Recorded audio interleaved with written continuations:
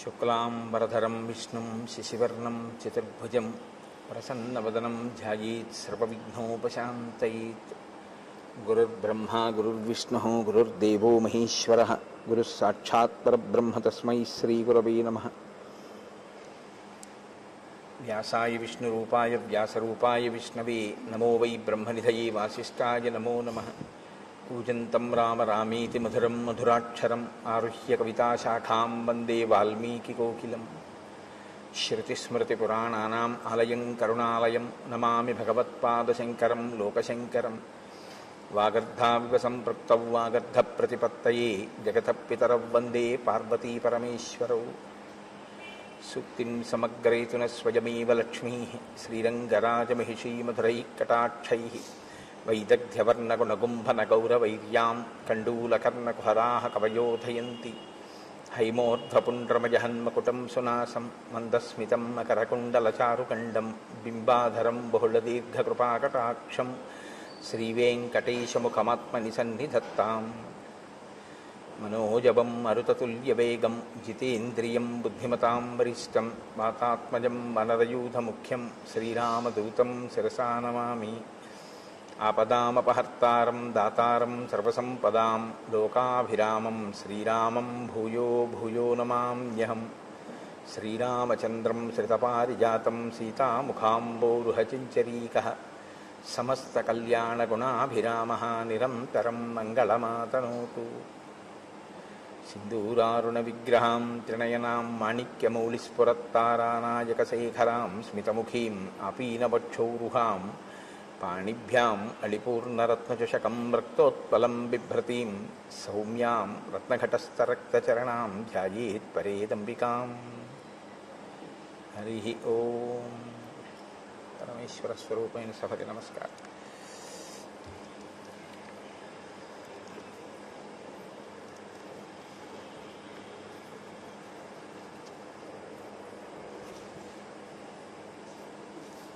రాజ్యాభిషేకాన్ని పొంది రామచంద్రమూర్తి చేత అనుగ్రహింపబడి తాను జీవితంలో మళ్ళీ పొందలేను అనుకున్న సుఖాల్ని తిరిగి పొంది ఆ సంతోషంతో కాలం గడుపుతున్నటువంటి సుగ్రీవుడు రామచంద్రమూర్తికి మాట ఇచ్చిన ప్రకారంగా 4 నెలలు గడిచిపోయిన తరువాత సీతమ్మ తల్లి అన్వేషణ కొరకు ప్రయత్నించవలసిన వాడు దాని యందు తదేక దృష్టితో ఆ కార్యం మీద ప్రణాళిక రచన చెయ్యడంలో విఫలమయ్యాడు.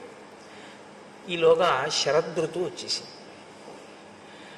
సమృద్ధార్థంచ సుగ్రీవం మందధర్మార్థ సంగ్రహం అత్యర్థం అసతాం మార్గం ఏకాంతగత మానసం. ఈ శ్లోకాలు సుగ్రీవుణ్ణి ఉద్దేశించి చెప్తున్నట్లుగా ఉంటాయి. కానీ యథార్థానికి సమస్త జీవకోటి యొక్క పరిణామ క్రమంలో జరిగేటటువంటి ఒక పెద్ద దోషాన్ని ఆవిష్కరిస్తూ ఉంటాయి. అది చిట్ట చివర తీర్పు ఎక్కడుంటుంది అన్న దగ్గర నేను దాన్ని స్పృశించే ప్రయత్నం చేస్తాను. ప్రతి చోట ఆ విషయాన్ని ప్రస్తావన చేయకుండా చిట్ట చివర దీని ముగింపులో దీని సందేశం ఏమిటి అన్నది నేను మీకు ఆవిష్కరించే ప్రయత్నం చేస్తాను. మహర్షి అంటారు, పొందవలసినటువంటి రాజ్యాన్ని పొందినటువంటి వాడై ధర్మము అర్థము ఈ రెండిటినీ పట్టుకోవడంలో విఫలమై ధర్మార్థములను పరిత్యజించినటువంటి వాడై నిరంతరము ఏకాంతమైనటువంటి సుఖమును కోరుకుంటున్నవాడై, అనగా స్త్రీ సంబంధమైన కామోపభోగమునందు అనురక్తిలో తలమునకలవుతూ, అసతాం మార్గం అంటే సత్పురుషులు అనుసరించినటువంటి మార్గమునందు సుగ్రీవుడు ఉన్నాడు. ఇప్పుడు సత్పురుషులు అనుసరించని మార్గంలో సుగ్రీవుడు ఉన్నాడు అంటే ఆయన ధర్మమునందు వైక్లభ్యం లేదు. ఆయన ఏదో వాలి చేసిన పొరపాటు లాంటి పొరపాట్లు చేశాడు అని కాదు, కానీ పురుషార్థములను సమన్వయం చేసుకోవడంలో పొరపాటు పడ్డాడు. సరే, మీరు వింటారు కదా దాని ఎందుకు మహర్షి అలా మాట్లాడతారు అన్నదాన్ని మీరు గమనిద్దురు. కానీ నిర్వృత్త కార్యం సిద్ధార్థం ప్రమదాభిరతం సదా ప్రాప్తవంతం అభిప్రేతాన్ సర్వానీవ మనోరథాన్. ఆయన నిరంతరము కూడా భార్యల యందు అనురక్తి కలిగినటువంటి వాడై సిద్ధార్థం, ఏది తాను పొందాలనుకున్నాడో దాన్ని పొందడం చేత కలిగినటువంటి అతిశయము వలన, ఆ మీదుమిక్కిలిగా ఉన్నటువంటి ఆ సంతోషము చేత అతను ఇతర విషయములన్నింటినీ కూడా విడిచిపెట్టేశాడు. స్వాంచ పత్నీం అభిప్రేతాం తారాంచాపి సమీప్సితాం విహరంతం అహోరాత్రం కృతార్థం విగతజ్వరం. ఆయన తన భార్య అయినటువంటి రుమని పొందాలి అని చాలా కాలంగా అపేక్షిస్తున్నాడు. ఇవాళ వాలి వధ తర్వాత తన భార్యని తాను పొందగలిగాడు. ఇప్పుడు రుమతో పాటుగా వాలి భార్య అయినటువంటి తార కూడా సుగ్రీవుణ్ణే ఆశ్రయించి సుగ్రీవుడి భార్యగా ఆమె మసలుతోంది. నేను మీతో మనవి చేశాను ఈ విషయం.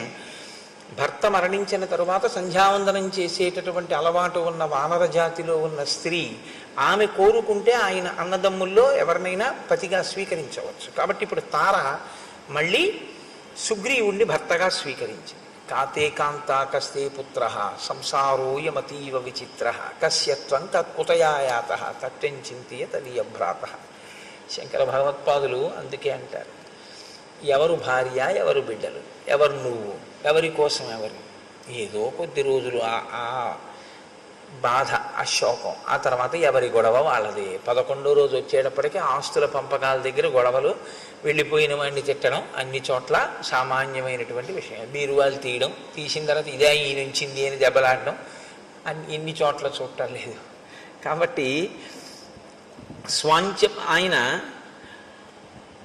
తార కూడా తనతో కూడినటువంటి కారణం చేత చాలా సంతోషంగా, అసలు అహోరాత్రం అంటే రాత్రి పగలు కూడా వేరొక వ్యవహారం అనేటటువంటిది ఏదీ లేకుండా స్త్రీ సుఖమును అపేక్షిస్తూ, స్త్రీ సుఖమును పొందుతూ ఆయన తన జీవితాన్ని తాను సంతోషం అనుకుని గడిపేస్తున్నాడు.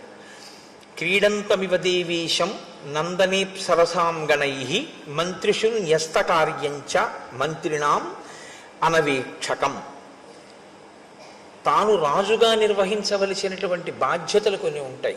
ఇప్పుడు తను రాజ్యాన్ని పొందడంతో పాటుగా భార్యని కూడా పొందాడు, తారని కూడా పొందాడు. ఇప్పుడు ఆయనకి రెండూ వచ్చాయి, రాజ్యము వచ్చింది, భార్యలు వచ్చారు. కానీ దేనితో అంటకాగాడు అంటే ఒక్క భార్యలతోనే అంటకాగాడు. అలాగని రాచరికం వదిలిపెట్టాడా అంటే రాజుగానే ఉన్నాడు. మరి రాజ్యపాలన మంత్రులకు అప్పచెప్పాడు. సరే, మంత్రులకు అప్పచెప్పడం తప్పు కాదు, రాజు మంత్రుల యందు న్యాసం చేస్తాడు, ఆ బుద్ధితో ఉంటాడు. కానీ మంత్రులు తనకేమైనా సమస్య చెప్పవలసి వస్తే మంత్రులకి దర్శనం ఇవ్వడు. ఇది ఇక్కడ ఉంది అసలు సమస్య అంతా. మహర్షి మాట్లాడేటటువంటి మాటలు చాలా గంభీరంగా ఉంటాయి. ఆయన అంత తేలికగా ఏం మాట్లాడరు. ఇంకొకళ్ళ యొక్క ప్రవర్తనని పరిశీలనం చేసి ఆ శ్లోకాన్ని చెప్పేటప్పుడు వాల్మీకి మహర్షి శ్లోకాలని జాగ్రత్తగా పట్టుకుంటే మనం ఎలా ఉంటున్నాము అన్నది కూడా మనం పరిశీలనం చేసుకోవాల్సి ఉంటుంది. రెండూ పొందినటువంటి వాడు రెండిటి యందు బుద్ధి పెట్టి ఉంటే, రాజ్యపాలన సక్రమంగా చేసి భార్యల యందు అనురక్తితో ఉంటే అందులో మీరు నేను పెద్ద పట్టించుకోవాల్సిన విషయం, రామాయణంలో శ్లోకం రచన చేయవలసిన అవసరం వాల్మీకి లేదు. ఆయన రాజుగా ఉండి ఆ రాజ్యమునకు సంబంధించిన వ్యవహారములు మంత్రులకు విడిచిపెట్టాడు. ఇప్పుడు మంత్రులు ఏదైనా సమస్య వస్తే రాజు నిర్ణయం చేయాలి. రాజు నిర్ణయం చేయాలంటే మంత్రులు ఎవరిని కలవాలి? రాజుని కలవాలి. కానీ మంత్రులకి రాజదర్శనం లేదు. ఎందుకు లేదు? అహోరాత్రము తార రుమ ఇతర పత్నులతో తిరుగుతుంటాడు. తిరుగుతూ ఉండడం వల్ల మంత్రులకి దర్శనం ఇవ్వడు. మంత్రులకే దర్శనం ఇవ్వని వాడు ప్రజలకేం దర్శనం ఇస్తాడు? కాబట్టి ఇప్పుడు ప్రజలు తమ కష్టం చెప్పుకోవాలి అంటే రాజు యొక్క దర్శనం లేదు. మంచి వాళ్ళై మంత్రులు మంచిగా పరిపాలిస్తే పర్వాలేదు, లేకపోతే అసలు రాజుకి ప్రజలకి మధ్య ఏ విధమైనటువంటి సమన్వయం లేదు.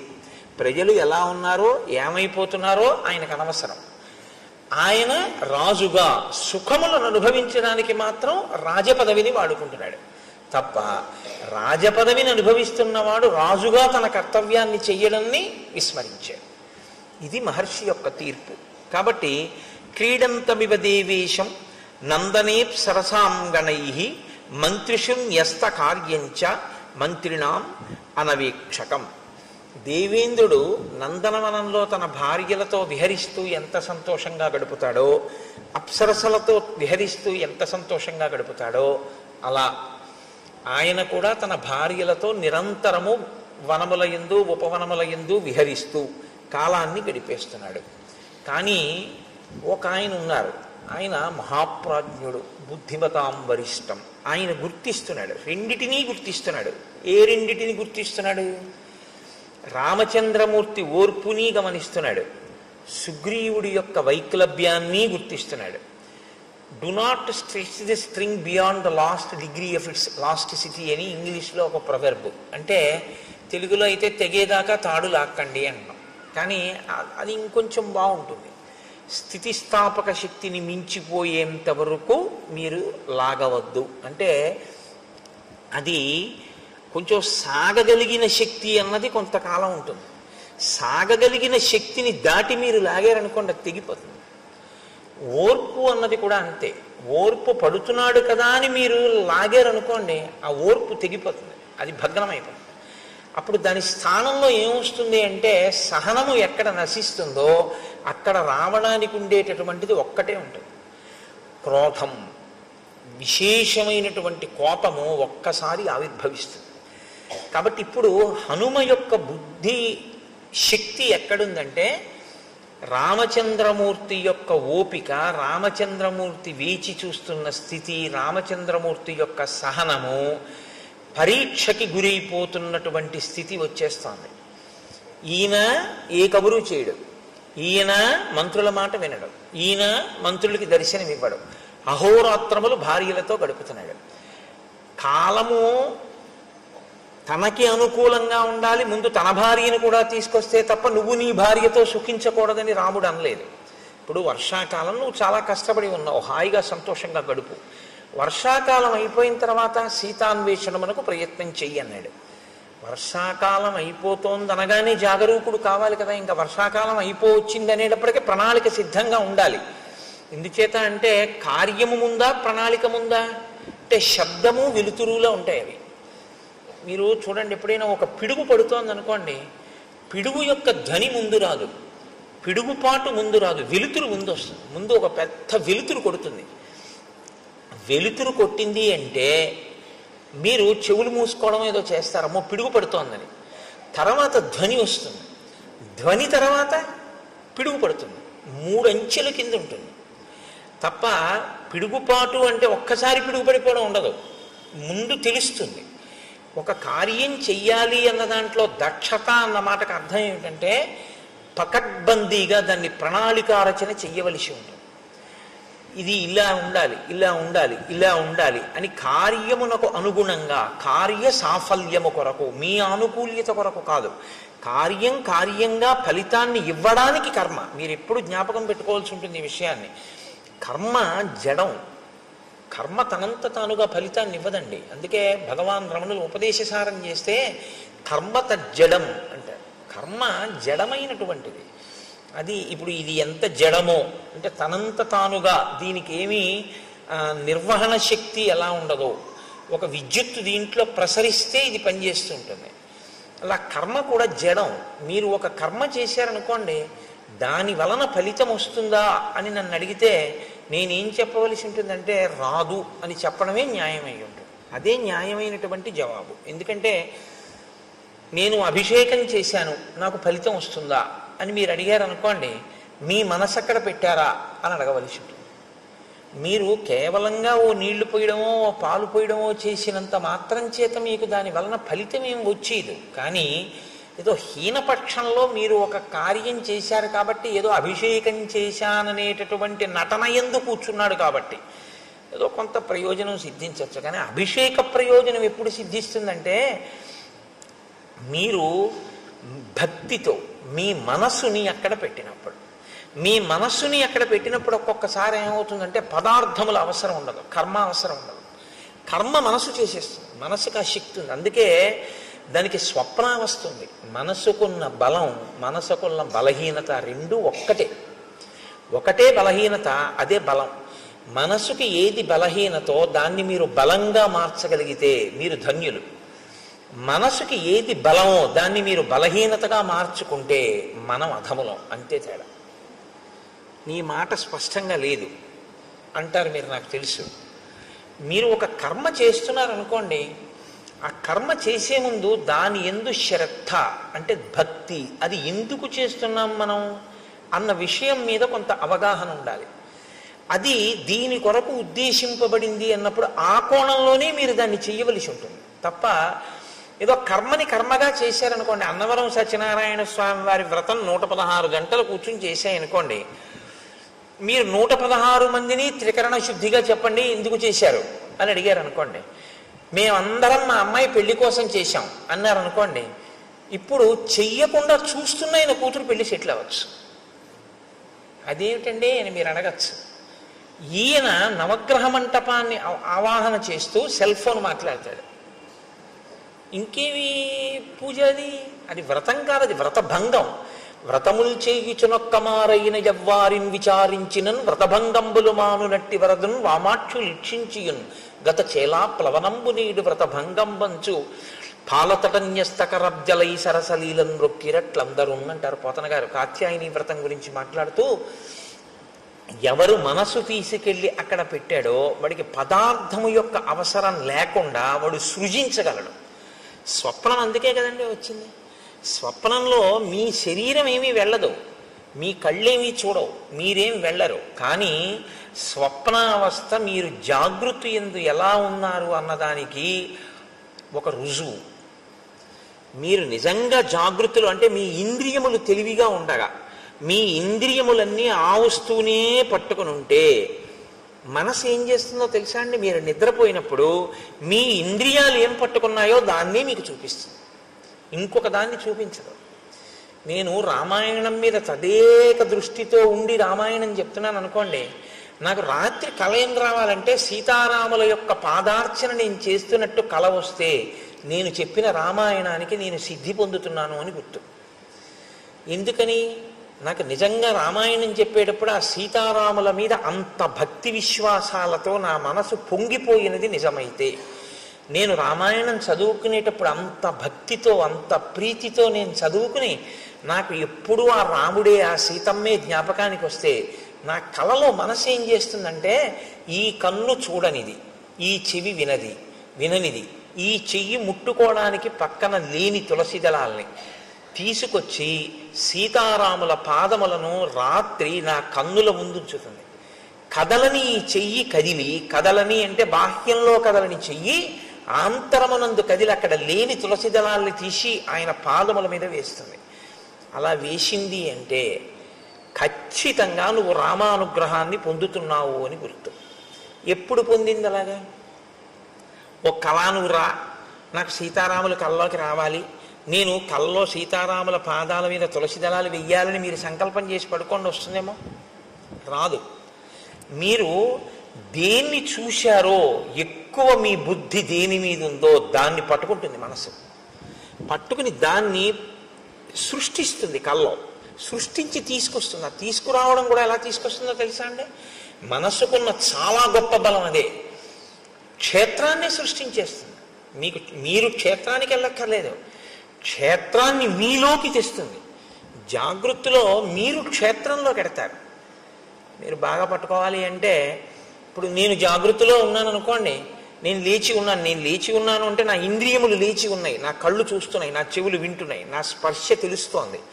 దీన్ని జాగృతి అంటారు. జాగృతిలో నేను అంటే ఇంద్రియములతో శరీరముతో క్షేత్రంలోకి ఎడతాను. మీకు ఉదాహరణ చెప్పాలంటే, ఇవాళ సోమవారం కదండి, ఇప్పుడు నేను ఇవాళ సాయంకాలం సోమవారం కాళహస్తి వెళ్దాం అనుకున్నాను అనుకోండి, కాళహస్తి క్షేత్రంలోకి నేను నా శరీరంతో ఇంద్రియాలతోటి పెడతాను. స్నానం చేసి ఏదో పంచి కట్టుకుని గుళ్ళోకి పెడతాను, మారేడు దళాలు అట్టుకుని వెళ్ళి నా మనసు మగ్నమైపోయింది అనుకోండి. మనసు యొక్క శక్తి ఏమిటో తెలుసా అండి? శ్రీకాళహస్తిని మీలోకి తీసుకొస్తుంది. మీరు శ్రీకాళహస్తిలోకి వెళ్ళడం జాగృతిలో, శ్రీకాళహస్తి మీలోకి రావడం స్వప్నంలో. దేని శక్తి చేత? మనస్సు యొక్క శక్తి చేత. మీరు ఇలా దేవాలయంలోకి వెళ్ళి ఎడం పక్కకి తిరిగి ఆ పెద్ద గణపతి మూర్తిని చూసి ఇలా 2 శూలాలు పెట్టినటువంటి చెంగల్వరాయ సన్నిధి అని ఆ సుబ్రహ్మణ్యుణ్ణి చూసి మెట్లు దిగి ఎడంచేతి పక్కన ఉన్నటువంటి దేవతామూర్తుల్ని చూస్తూ కుడిపక్కకి తిరిగి లోపలికెళ్ళి నవగ్రహ కవచం కట్టుకున్నటువంటి చతురస్రాకారపు పొడుగ్గా ఉన్నటువంటి పెద్ద శివలింగం పక్కన ప్రమిదిలో వెలుగుతున్నటువంటి దీపం గాలికి ఇలా కొట్టుకుంటుంటే అదే వాయులింగం అనుకుని అంతరాలయంలోకి వెళ్ళి చూస్తే గోడలో మహానుభావుడు ఆ భక్త కన్నప్ప ఉంటే, ఆహా కన్నప్ప నీ అదృష్టం కదయ్యా, నీ భక్తి ఇక్కడికి చేరావనుకుని మీరు మారేడు దళాలు పుచ్చుకొని దేవాలయం వెనక్కి తిరిగితే వెనక గోడ మీద ఆవిర్భావలింగం ఉంటుంది. అంటే శివలింగం ఉండి శివలింగం ఇలా కోసినట్టుగా ఉండి అందులోంచి శివుడు కనపడతాడు, తల కనపడదు, పాదాలు కనపడవు. అంటే ఏ పరమాత్మ యొక్క కింది భాగాన్ని పై భాగాన్ని నువ్వు తెలుసుకోలేవో, అనంతమై ఉన్నాడో, అనంతమైనటువంటి పరమాత్మ చేత పరివ్యాప్తమైన లింగస్వరూపమై బ్రహ్మాండమంతా ఉంది అని తెలుసుకోదగినటువంటి ఆవిర్భావలింగాన్ని దేవాలయం వెనకాతల చూసి మీరు వెళ్ళేటప్పుడు ఆ కుడి చేతి పక్కన మొదట ప్రదక్షిణ మార్గంలోనే ఆ దుర్గమ్మ తల్లిని చూసి వెనక ఆవిర్భావలింగం, మళ్ళీ కుడిపక్కకి తిరిగితే మీ కుడి చేతి వైపు కోష్ట గణపతి, మీరు అలా తిరిగి వచ్చి మళ్ళీ శివలింగాన్ని చూసి అలా బయటికి వెళ్ళి కుడి చేతి పక్కకి తిరిగి నడుస్తుంటే వేదిక మీద నల్లటి గుడ్డలు దీపాలు వెలిగించి పట్టుకెళ్ళి అక్కడ పెట్టేటటువంటి శనీశ్వరమూర్తి దగ్గర నుంచి వెంకటేశ్వరుడు, కనకదుర్గమ్మ వారు, మళ్ళీ మీరు ఇలా కుడిపక్కకి తిరిగితే అరుగు మీద 63 మంది నాయనార్లని దాటిన తర్వాత ఎడం పక్కన మార్కండేయ లింగం, మార్కండేయ లింగం దాటి మీరు కొంచెం ముందుకెళ్ళి కుడిపక్కకి తిరిగితే ఓ చిన్న గుడిలా ఉండి అందులో ఓ శివలింగం, మీకు అనురక్తి ఉంటే కసిని తుమ్మిపూలు మారేడు దళాలు పట్టుకెడితే మీ చేత్తో మీరు మార్కండేయ లింగం మీద శివలింగం మీద మీరు పూజ చేసుకోవచ్చు. శ్రీకాళహస్తిలో మీరు అక్కడ మెట్లు దిగి ఇలా కిందకి ఎదురుగుండా చూస్తే నిలబడి ఉన్నటువంటి జ్ఞానప్రసూనాంబ, పెద్ద కిరీటం, అమ్మవారి కిరీటంలో ఉన్నటువంటి పెద్ద మణి, ఆ తల్లి యొక్క స్వరూపం, ఆవిడ కట్టుకున్న చీర, ఇంత పెద్ద కుంకం సావలు బొట్టు పెట్టుకున్నటువంటి వృద్ధ అర్చకుడు, ఆయన తీసుకెళ్లి అమ్మవారికి కుంకుమార్చన చేసి ఉండడం వల్ల ఆయన అరికాళ్ళు కూడా ఎర్రపడిపోయి అంచులు కూడా కుంకంతో ఎర్రబడి, ఆయన కూర్చున్నప్పుడు పృష్ఠభాగం పంచ ఉత్తరీయం కూడా కుంకం అంటుకుపోయి, ఆయన అరిచేతులన్నీ కుంకంతో ఉండి ఆయన నీరాజనం తీసుకొచ్చి మీకు ఇస్తే మీరు నీరాజనం తీసుకుని పువ్వులు తీసుకుని అమ్మవారి ఆలయానికి ఇలా ప్రదక్షిణం చేసి బయటికి వస్తుంటే అభిషేకం టిక్కెట్ ఉన్న వాళ్ళకి ఉత్తరీయాలు వేస్తున్నటువంటి ప్రదేశం, ఆ ఎడంచేతి పక్కన ఉన్నటువంటి స్వామివారి ఊంజల్ మంటపం, అక్కడ ఉన్నటువంటి ఆ అద్దాల మంటపం, అది చూసి మీరు బయటికి వచ్చి మళ్ళీ ఇలా కుడి చేతి పక్కకి తిరిగి కుడిపక్క మెట్లెక్కితే ఒక చోట గీసినటువంటి వృత్తంలో నిలబడి చూస్తే మీకు ఎదురుగుండా కాళహస్తీశ్వరుని యొక్క శిఖర దర్శనం, ఇంకొక వృత్తంలో నిలబడి మీరు ఇలా చూస్తే అమ్మవారి శిఖర దర్శనం, ఇంకొక వృత్తంలో నిలబడి మీరు చూస్తే కొండ మీద ఉన్నటువంటి కన్నప్ప గుడి దర్శనం, యమధర్మరాజ ప్రతిష్ఠిత లింగం, అది దాటిటొస్తే ధర్మరాజ ప్రతిష్ఠిత లింగం అన్నట్టుగా ఉన్నటువంటి ఆ స్ఫటిక స్వరూపం. మీరు మళ్ళీ కుడిపక్కకి తిరిగితే కన్నప్ప లింగం అరుగు మీద, ఇలా కుడిపక్కకి తిరిగి చూస్తే దక్షిణాభిముఖంగా దక్షిణామూర్తి, అద్భుతమైన అలంకారంతో ఉన్న స్వామి. మీరక్కడ కింద పడి నమస్కారం చేసి ఎడం పక్కకి తిరిగి రాజద్వారంలోంచి బయటికి వెడితే ఎడం పక్కన ప్రసాదాల కౌంటరు, ముందుకెడితే నిత్యాన్నదానం, మళ్ళీ కుడిపక్కకి తిరిగితే ఓ పెద్ద ఏనుగు, అక్కడ టిక్కెట్లు అమ్మేటటువంటి ప్రదేశం, సహస్రలింగార్చన, రాహుకేతువుల పూజా టిక్కెట్లు అమ్మేటటువంటి స్థలం, ఆ మంటపం, ఆ బయటికి వెళ్ళిపోతుంటే అక్కడ ఏదో రకరకాల తైలాలు అమ్మేటటువంటి షాపులు, విభూతి మారేడు దళాలు పువ్వులు తుమ్మి పూలు అమ్ముతున్నటువంటి కొట్లు, ఆ బయటికి వస్తుంటే ఎడం పక్కన సుబ్రహ్మణ్యుడు, ఎదురుగుండా కాశీ విశ్వేశ్వరుడు, ఆ బయటికి వచ్చి అరుగు మీద ఆ కొబ్బరికాయలు వరుసగా అవన్నీ చూస్తూ మీరు అక్కడికి వచ్చి మళ్ళీ మీ చెప్పులు మీరు తీసుకుని మీరు అలా ముందుకెడితే ఒక్కసారి ఇక్కడే కదా పుష్పగిరి మఠం లోపలికి వెళ్ళి కాళ్ళు కడుక్కుని టిఫిన్కి వెడదామంటే లేదులేండి పిల్లలు ఆకలేస్తోంది అంటున్నారు, ఈ శరవణ భవన్ బాగుంటుందంటే ఇందులో టిఫిన్ తిందామని భారీ అంటే శరవణ భవన్లోకి వెళ్ళి కూర్చున్న తర్వాత ఏమి ఇమ్మంటారు అని సర్వర్ అడిగితే మీకు తెలివి వచ్చింది అనుకోండి, ఇప్పుడు కాళహస్తి మీలో ఉందా, మీరు కాళహస్తిలో ఉన్నారా? మీ యందు కాళహస్తి ఉంది, మీరు మీలోకి కాళహస్తి చేరింది, శ్రీకాళహస్తి. ఇది మనస్సు యొక్క శక్తి. మనస్సు జాగృతి యందు బాగా దేన్ని పట్టుకుంటుందో దాన్ని సంకల్పంతో మీలోకి తీసుకొచ్చేయగలదు. అది వచ్చింది అని కూడా మీ ఎవ్వరికీ తెలియదు లోకంలో. మీరు శ్రీకాళహస్తి వెళ్తే తెలుస్తుంది. మీలోకి శ్రీకాళహస్తిని తెచ్చేసుకోగలిగిన శక్తి మీకు వచ్చేసింది అనుకోండి, మీలోకి ఆయనలోకి శ్రీకాళహస్తిని తెచ్చేసుకుని ఆయన శ్రీకాళహస్తిలో ఉన్న శివలింగాన్ని అర్చిస్తున్నాడు, కూర్చున్నట్టున్నాడు. కానీ ఆయనలోకి శ్రీకాళహస్తి వచ్చి ఉంది అన్న విషయం కూడా ఎవరికీ తెలియదు. ఇప్పుడు మనసుకి శక్తి ఉందా లేదా? మనసు యొక్క బలం ఇదే, బలహీనత ఇదే. మీరు దాన్ని బాగా శిక్షణ ఇస్తే దేన్నైనా మీలోకి తెస్తుంది. మీరు ఏ శిక్షణ ఇవ్వకపోతే దాని ఇష్టం వచ్చి నువ్వు పట్టుకున్న తిరిగి అవన్నీ తీసుకొచ్చి మీలో పెడతావు. అదే బలహీనత. దాన్ని మీరు మార్చగలిగితే అదే దాని బలం. ఇప్పుడు నేను అన్న మాట మీరు బాగా పట్టుకున్నారు అనుకుంటున్నాను. మీరు వాడుకోవడంలో ఉంటుంది ఆ సాధనాన్ని. ఈశ్వరుడు ఈ మనస్సును అందరికీ ఇచ్చాడు. దీన్ని మీరు వాడారా మీలోనే బ్రహ్మాండములన్నీ ఉంటాయి. మీరు ఎక్కడికి వెళ్ళక్కర్లేదు. మార్నింగ్ వాక్ చేస్తూ మీరు అలా తిరుగుతూ మీరు ఇవాళ నేను 7 నదులలో స్నానం చేస్తానంటే చెయ్యొచ్చు. నేను ఇవాళ 7 క్షేత్రాలని చూస్తాననుకుంటే మార్నింగ్ వాక్ చేస్తే మీరు 7 క్షేత్రాలని చూడొచ్చు. మీరు పైకి శరీరం తిరుగుతూ ఉంటుంది.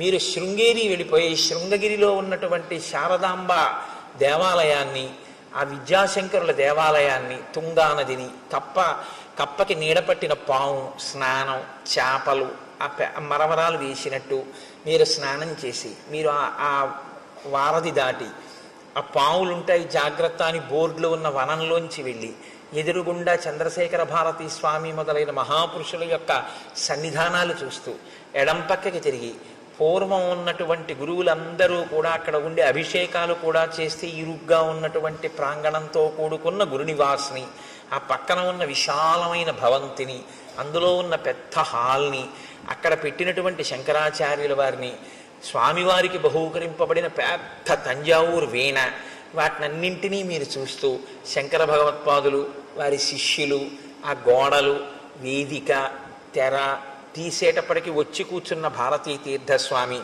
ఆయన ఇలా కూర్చుని ఇంకా రుద్రం మొదలెట్టడానికి ముందు ఎవరితో మాట్లాడకుండా ఇటు తిరిగి కూర్చుని ఇటుపక్కకి ఇలా తలొక్కటి తిప్పి ఇలా అందరినీ ఇలా ఒక్కసారి పరికించి సభాభ్య సభాపతిభ్యశ్చ ఓ నమో నమో అన్న భావన లోపల అంతా శివస్వరూపంగా చూస్తూ పైకి మన్ని చూస్తున్నారని మనం అనుకుంటే ఆయన ఒక్కసారి ఇలా ఇటు పక్క నుంచి ఇటు పక్క వరకు ఇలా చూసి ఇలా తలూపి ఆ శివలింగం మీదకి పెట్టినటువంటి ధారాపాత్ర, అందులోకి ఆయన పాత్రతో తీసి ఇలా పోస్తుంటే పడుతున్నటువంటి శివలింగం మీద పువ్వులు, ఆ ధారలు, ఆఖరణ ఆయన వస్త్రం తీసి ఆ శివలింగాన్ని తుడిచి పైకి లేవకుండా అందంగా ఈ చెయ్యి ఇలా ఎత్తి కింద పడకుండా దాన్ని ఆ శివలింగాన్ని అందంగా పెట్టి ఆ పువ్వులతో అలంకారం చేసి ఆయన చేసేటటువంటి అభిషేకం, ఇవన్నీ మీరు చూస్తుండగా, మీరు అనుభవిస్తుండగా మీ 5 రౌండ్లో 6 రౌండ్లో మీ మార్నింగ్ వాక్ అయిపోతుంది.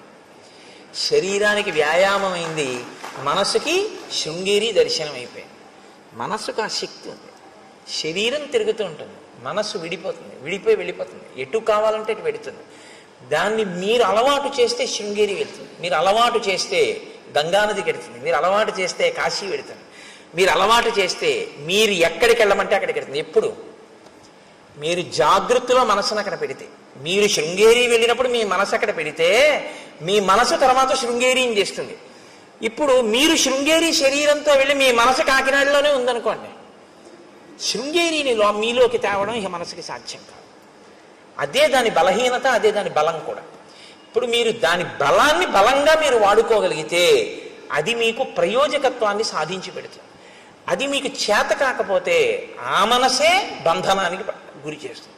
అందుకే మన ఏవ మనుష్యాణం కారణం బంధమోక్షయో అంటాడు పరమాత్మ గీతాచార్యుడు. కేవలం మనస్సే, ఒకడు బంధింపబడుతున్నాడు, ఒకడు మోక్షం వైపుకి వెళ్ళిపోతున్నాడు. మీరు ఒకటి గుర్తుపెట్టుకోండి, కట్టాలన్నా విప్పాలన్నా తాడు తప్ప ఇంకోటి ఉండదు కట్టడానికి విప్పడానికి. మీరు ముందు ఇట్నుంచి తిప్పి చుట్టేస్తే కట్టు, ఇట్నుంచి తిప్పి చుట్టేసినా కట్టే. ఇప్పుడు నన్ను ఇలా కట్టేయండి అన్నారు అనుకోండి, ఓ తాడు తీసుకొచ్చి ఇలా తిప్పేసినా నన్ను కట్టేసినట్టే, ఇలా తిప్పేసినా నన్ను కట్టేసినట్టే. కట్టినా తాడే, విప్పాలంటే మీరు ఎటు కట్టారో దానికి వ్యతిరేక దశలో తిప్పేయడమే తాడు. ఇట్నుంచి కట్టారనుకోండి, ఇట్నుంచి తిప్పేస్తే విప్పేశారు. వ్యతిరేక దిశలో తిప్పితే విప్పడం, మీరు కట్టాలనుకున్నది ఏ దిశలో కావాలంటే అటు తిప్పితే కట్టడం. కట్టినా విప్పినా చెయ్యి తిప్పడంలో ఉంది. మీరు ఎటు తిప్పి ఒకలా తిప్పితే కట్టు, ఒకలా తిప్పితే విప్పడం. ఆ తాడు మాత్రం అదే. కట్టుకోవడం విప్పుకోవడం మీ చేతిలో, కట్టుకున్నా విప్పుకున్నా మీ ఇష్టం. ఈశ్వరుడు మనస్సును ఇచ్చేసాడు అంతే, తాడు మీకు ఇచ్చాడు. ఇది ఆశ్రమాన్ని ధన్యం చేసుకోవడం అంటారు. ఎందుకు ఎడుతున్నావు గృహస్థాశ్రమంలోకి? ఆవిడ నువ్వు కలిసి తరించడానికి. నీ చెయ్యి ఆవిడ ఎందుకు పట్టుకుందంటే 24 గంటలు నీకు కావలసిన రుచులతోటి నీకు వండి పెట్టడానికి, నీకు సంతానం కనడానికి, శరీరం జర్జరీభూతం అయిపోయేంత వరకు కూడా కామ ప్రచోదనంతో బతకడానికి ఇవ్వలేదు ఆవిడ్ని కన్యాదాత. ఆవిడ్ని నీ పక్కన ధర్మపత్నిగా పెట్టుకుని నువ్వు పుణ్యకర్మలు చేసి నీ పుణ్యంలో సగభాగం ఆవిడికిచ్చి ఆవిడ్ని ఉద్ధరిస్తావన్న ఉద్దేశ్యంతో ఆవిడ్ని ఇచ్చాడు. నువ్వు స్వీకరించింది ధర్మపత్నిగా, కేవలం కామపత్నిగా నువ్వు అనుభవిస్తానంటే నీ కర్మ అంతే. ఎవరు జోక్యం ఏం చేసుకోరు అందులో.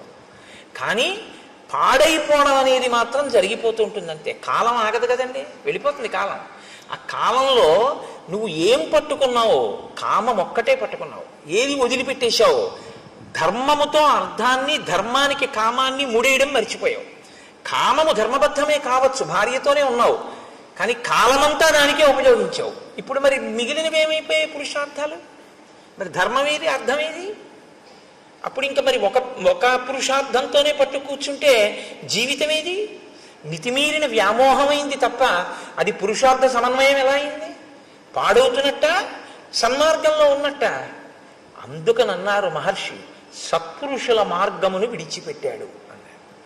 అంటే పురుషార్థములను సమన్వయం చేసుకోవడం రాలేదు. రాజ్యాన్ని వదిలిపెట్టి కేవలం భార్య యందు మనసు పెట్టుకున్నాడు. ఇంకొక ఆయన మహాపురుషుడు, ఆయనేం చూస్తున్నారు?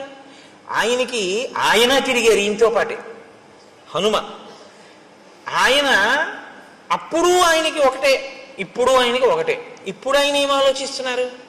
మహానుభావుడు రామచంద్రమూర్తికి మాట ఇచ్చాడే, ఆయన అలా అరణ్యంలో కూర్చుని ఉన్నారే, మన గుహలో కూర్చున్నారే. మరి శరత్కాలం వచ్చేసింది, ఈయనేమో చెయ్యవలసిన ప్రణాళికారచన చెయ్యట్లేదు. ఇంతకీ ఎక్కడ బయలుదేరాను? పిడుగు, ధ్వని, వెలుతురు, ముందు ప్రణాళికారచన అన్నది ఒకటి ఉండాలి కదా. ఆయన కోప్పడ్డాక నువ్వు వానరాలను పిలవడం వేరు. నువ్వు ముందు ప్రణాళిక ఏది నీకు? రేపు రాముడు వచ్చి అడిగితే ఏం చెప్తావు? కనీసం అయ్యా నేను కబురు చేశానండి అని చెప్పడానికి నీకు ఒకటి ఉండాలిగా. చేసిన పని అసత్యం చెప్పలేవుగా రాముడితో. ఇప్పుడు ప్రభువుని రక్షించడం అంటే అది మంత్రి అంటే. కనీసంలో కనీసం ఈయనకి గుర్తు చేసి ఆ సైన్యాధిపతిని పిలిచి, ఒరే సైన్యాలన్నీ సిద్ధం చేయండిరా, మనం ఎప్పుడప్పుడు వెళదామంటే, ఒకవేళ రాముడికి కోపం వచ్చినా అయ్యా నేను కబురు చేశానండి అని చెప్పడానికైనా ఉంటుంది. బతుకుతాడు రాజు. రాజుని రక్షించాలి సచివుడు. కాబట్టి మహానుభావుడు అయ్యాడు హనుమ. అందుకే ఆయన ఎక్కడుంటే అక్కడ బ్రతుకుతారు మనుషులు. ఆయన ఎక్కడుంటే అక్కడ బ్రతుకుతారు. కాబట్టే ఇప్పుడు ఆయన సాచివ్యం చేశారు. కాబట్టి ఆయన ఆలోచించారు. ఆలోచించి సుగ్రీవుడి దగ్గరికి వెళ్ళి ఆయన ఒక మాట చెప్తున్నారు. తదిదం మిత్ర కార్యం నహ కాలాతీతం అరిందమ తదిదం క్రియతాం రాఘవస్వైత వైదేహ్యా పరిమార్గణం తదిదం వీర కార్యంతే కాలాతీతమరిందమ. నీవు మిత్రకార్యమును చెయ్యవలసినటువంటి అవసరం ఉంది. నీకు మిత్రులు ఉపకారం చేశారు, తిరిగి నువ్వు ప్రత్యుపకారం చెయ్యాలి. ప్రత్యుపకారం చెయ్యడం అనేటటువంటిది నీ మనసులో అవకాశం సావకాశం అని అనిపించినప్పుడు చేయడం కాదు. ఏ కాలంలో చెయ్యాలో ఆ కాలంలో చెయ్యాలి. ఏ కాలంలో చెయ్యాలని రాముడు చెప్పాడు? వర్షాకాలం అయిపోయాకని చెప్పాడు. వర్షాకాలం అయిపోయింది, నువ్వు మొదలు పెట్టాలి. ఇప్పుడు రాముడి వైపు నుంచి కాదు మొదలవ్వలసింది. రాముడు నీకు ఇచ్చిన సమయం అయిపోయింది. ఇప్పుడు ప్రత్యుపకారం నీ వైపు నుంచి మొదలవ్వాలి. నువ్వు దాన్ని విస్మరించావు. కాబట్టి ఇప్పుడు ఎప్పుడైతే నువ్వు విస్మరించావో నువ్వు కృతాపరాధుడవయ్యావు, నువ్వు అపరాధం చేసిన వాడివయ్యావు. ఆయన ఇంకా చాలా గొప్ప ధర్మంలో ఉన్నాడు. ఏమిటి ఆయన పట్టుకున్న గొప్ప ధర్మం? నచ కాలం అతీతంతే నివేదయతి కాలవిత్ త్వరమానోపి సన్ ప్రాజ్ఞ తమ రాజన్ వశానుగ. ఇచ్చిన కాలం దాటిపోయింది, సుగ్రీవుడు ఏ ప్రయత్నం చెయ్యట్లేదు అని తెలుసున్నా ఆయన ఇంకా ఓపిక పడుతున్నాడు. పోన్లే చూద్దాం చూద్దాం చూద్దాం అని ఆలోచిస్తున్నాడు. నీ అంత నువ్వు ముందుకొస్తే తనొక కఠినమైన మాట అన్నానన్న బాధ తనకి మిగలకూడదని నువ్వు ఇది గుర్తించట్లేదు. గుర్తించకుండా కాలమును దుర్వినియోగం చేస్తున్నావు. ఒకసారి దుర్వినియోగం కాని అయిందో ఆ తర్వాత నువ్వు మనసులో ఉపకారం చేద్దామని అనుకున్నా సరే కాలమునందు చెయ్యవలసినది చెయ్యలేదు కనుక నువ్వేం చేయవలసి ఉంటుందో తెలుసా? తల ఉంచుకుని నిలబడి క్షమార్పణ చెప్పా పని చేయవలసి ఉంటుంది. ఇప్పుడు ఆ పని చేసినా చెయ్యవలసిన వేళకి చేసిన వాడన్న ఖ్యాతి ఉండదు. మరిచిపోయి గుర్తు చేస్తే చేసిన వాడన్న పేరు వస్తుంది. చెయ్యలేదా చేశావు, ఉపయోగం ఉందా? లేదు. మీకండి రామాయణంలో టైం మేనేజ్మెంట్ అని ఇవ్వాలంటున్నారు. ఈ టైం మేనేజ్మెంట్ అన్న దాని కోణంలో రామాయణాన్ని మాట్లాడితే శ్రీరామాయణము టైం మేనేజ్మెంట్ అంటే కాలమును చక్కగా దక్షతతో వినియోగించుకొనుట అని నిజంగా మేనేజ్మెంట్ సైన్సెస్ చదువుకునేటటువంటి స్టూడెంట్స్కి శ్రీరామాయణంలోంచి కానీ అన్వయం చేస్తే నేను మీకు నిజం చెప్తున్నాను, ఎక్కడా దొరకనంత గొప్ప విషయాలన్నీ శ్రీరామాయణంలో ఉన్నాయి. ఎంత గొప్పగా మాట్లాడతాడో, ఎన్ని చోట్ల వస్తుందో. చెయ్యవలసిన సమయమునందు చెయ్యవలసిన పని. సుందరకాండలో కూడా అత్యద్భుతంగా ప్రస్తావన చేస్తారు దీని గురించి. కాబట్టి అందుకే నేను మీతో మనవి చేసింది, శ్రీరామాయణం అనేక కోణములలో మనకి నేర్పుతుంది. వ్యామోహాలకి లొంగిపోకుండా చెయ్యవలసిన సమయానికి చెయ్యవలసిన పనికి టక్కన లేచిపోగలిగిన శక్తి ఎక్కడి నుంచి వస్తుందంటే రామాయణంలోంచే వస్తుంది. కాబట్టి నచ కాలం అతీతంతే నివేదయతి కాలవిత్ తరమాణోపి సన్ ప్రాజ్ఞ తవ రాజన్ వశానుగ అని అకర్తురపి కార్యస్య భవాన్ కర్తా హరీశ్వర కిం పునః ప్రతికర్తుస్తే రాజ్యేన చ వధేన చ. రాజా, నువ్వు ప్రత్యుపకారం చేసేటటువంటి స్వభావం లేనివాడివని నేను అంటలేదు. నువ్వు అటువంటి వాడివని నేను అన్ను. ఎందుకంటే ప్రత్యుపకారం చెయ్యడం కాదు, నీకున్నటువంటి లక్షణం ఏమిటో తెలుసా? అసలు ఉపకారం చెయ్యని వాడికి ఉపకారం చేస్తాం. అంత మంచివాడివి, చాలా మంచివాడివి, అందులో ఇంక సందేహమేం లేదు. భవాన్ కర్త హరీశ్వర, ఓ వానరరాజా, నువ్వు అటువంటి ఉపకార బుద్ధి కలిగిన వాడివి. కానీ కిం పునః ప్రతికర్తుస్తే రాజ్యేనచ వధేనచ, రెండు గొప్ప కార్యములు నీకు చేశాడు రాముడు. ఒకటి రాజ్యం ఇచ్చాడు, రెండు రాజ్యం ఇవ్వడం కాదు, ఎవరు బతికుండగా నీకు అసలు రాజ్యము ప్రాణము భార్య ఈ మూడు సంశయాత్మకమో అటువంటి వాణ్ణి తన ప్రాణాలు పణంగా పెట్టి చంపాడు. వాలి ఇలా చూశాడు అనుకోండి, ఆయన వేగానికి హద్దు ఉందంటే ఇంకా అంటే రాముడు నిగ్రహించలేడా అన్నది పక్కన పెట్టండి, చాలా పెద్ద ప్రమాదకరమైన పరిస్థితి వచ్చేస్తుందా, వచ్చేదా. కాబట్టి తన ప్రాణములను పణంగా పెట్టి వాలిని వధించాడు. నువ్వేం చేస్తున్నావు? చెయ్యవలసిన సమయానికి చెయ్యవలసినటువంటి పని చెయ్యాలి. ఏమండి, నేను ప్రత్యుపకారం చెయ్యని వాడిని కాను, ఎవరో నాకు ఉపకారం చెయ్యని వాళ్ళకు కూడా వాళ్ళకి చేశాను, వీళ్ళకి చేశాను, వాళ్ళకి చేశానంటే నువ్వు నోరు ముయ్యవయ్యా. నీ ఈ రాజ్యం అసలు చేయడానికి ఎవడిచ్చాడు? ఆయనకి చెయ్యని దానికి మిగిలిన వాళ్ళకి చేస్తే ఎంత, చేయకపోతే ఎంత, అసలుది చేశావా అని అడుగుతారు. ఏది ముఖ్యమో అది వదిలిపెట్టావు. ఏవి చిన్న చిన్నవి చేసినా చేయకపోయినా పర్వాలేదో అవి చేస్తున్నావు. ఏమిటి ఉపయోగం? కొన్ని వేల పట్టును చేయవలసి ఉంటాయి, కొన్ని వేల తప్పి చేసినా వచ్చే ప్రమాదం ఏమి ఉండదు.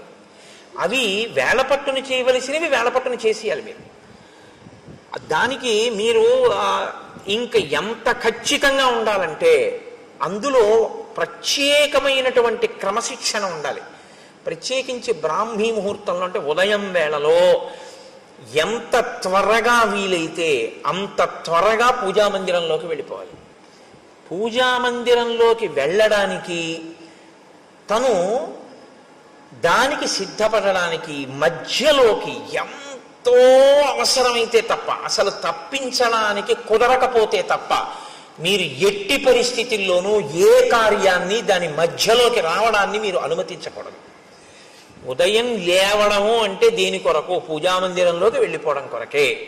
దానికి దీనికి మధ్యలోకి ఏదీ రావడానికి వీల్లేదు. అది భక్తిరస సంబంధమైన టీవీలో కార్యక్రమమే కావచ్చు, రావడానికి వీల్లేదు. మీ కాయిక కైంకర్యం ఏమైపోయింది మీ సింహాసనం దగ్గర? మీరు మీ సింహాసనాన్ని అర్చించద్దు, మీరు వెళ్ళిపోవాలంతే పూజామందిరంలోకి. ఏవో కొన్ని ఉంటాయి శరీరమాధ్యంకులకి ధర్మ సాధనం. ఒక్కొక్కడికి వ్యాయామం చేయకపోతే ఇబ్బంది, తప్పదు, వెళ్ళాలి.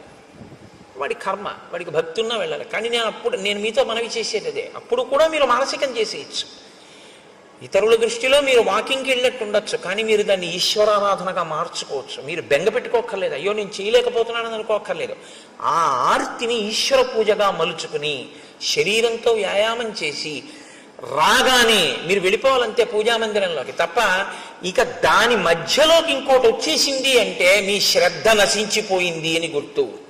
ఇదే రావణాసురుడి విషయంలో సీతమ్మ అంటుంది, సన్నామివ మహాకీర్తిం శ్రద్ధామివ విమానితాం పూజామివ పరీక్షీణాం ఆశాం ప్రతిహతామివ.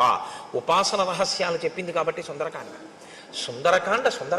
శ్రీరామాయణంలో అది ఇంకా జీవధార. సుందరకాండ వచ్చేస్తోందిగా ఇంకెంత 2-3 రోజులు. కాబట్టి హనుమ మాట్లాడడం అంటేనండి శ్రీరామాయణంలో అలా ఉంటుంది. ఆయన మహానుభావుడు. ఆయన ఎక్కడైనా మాట్లాడితే మీరు చాలా జాగ్రత్తగా దృష్టి పెట్టి ఆ విషయాన్ని జాగ్రత్తగా చదవవలసి ఉంటుంది.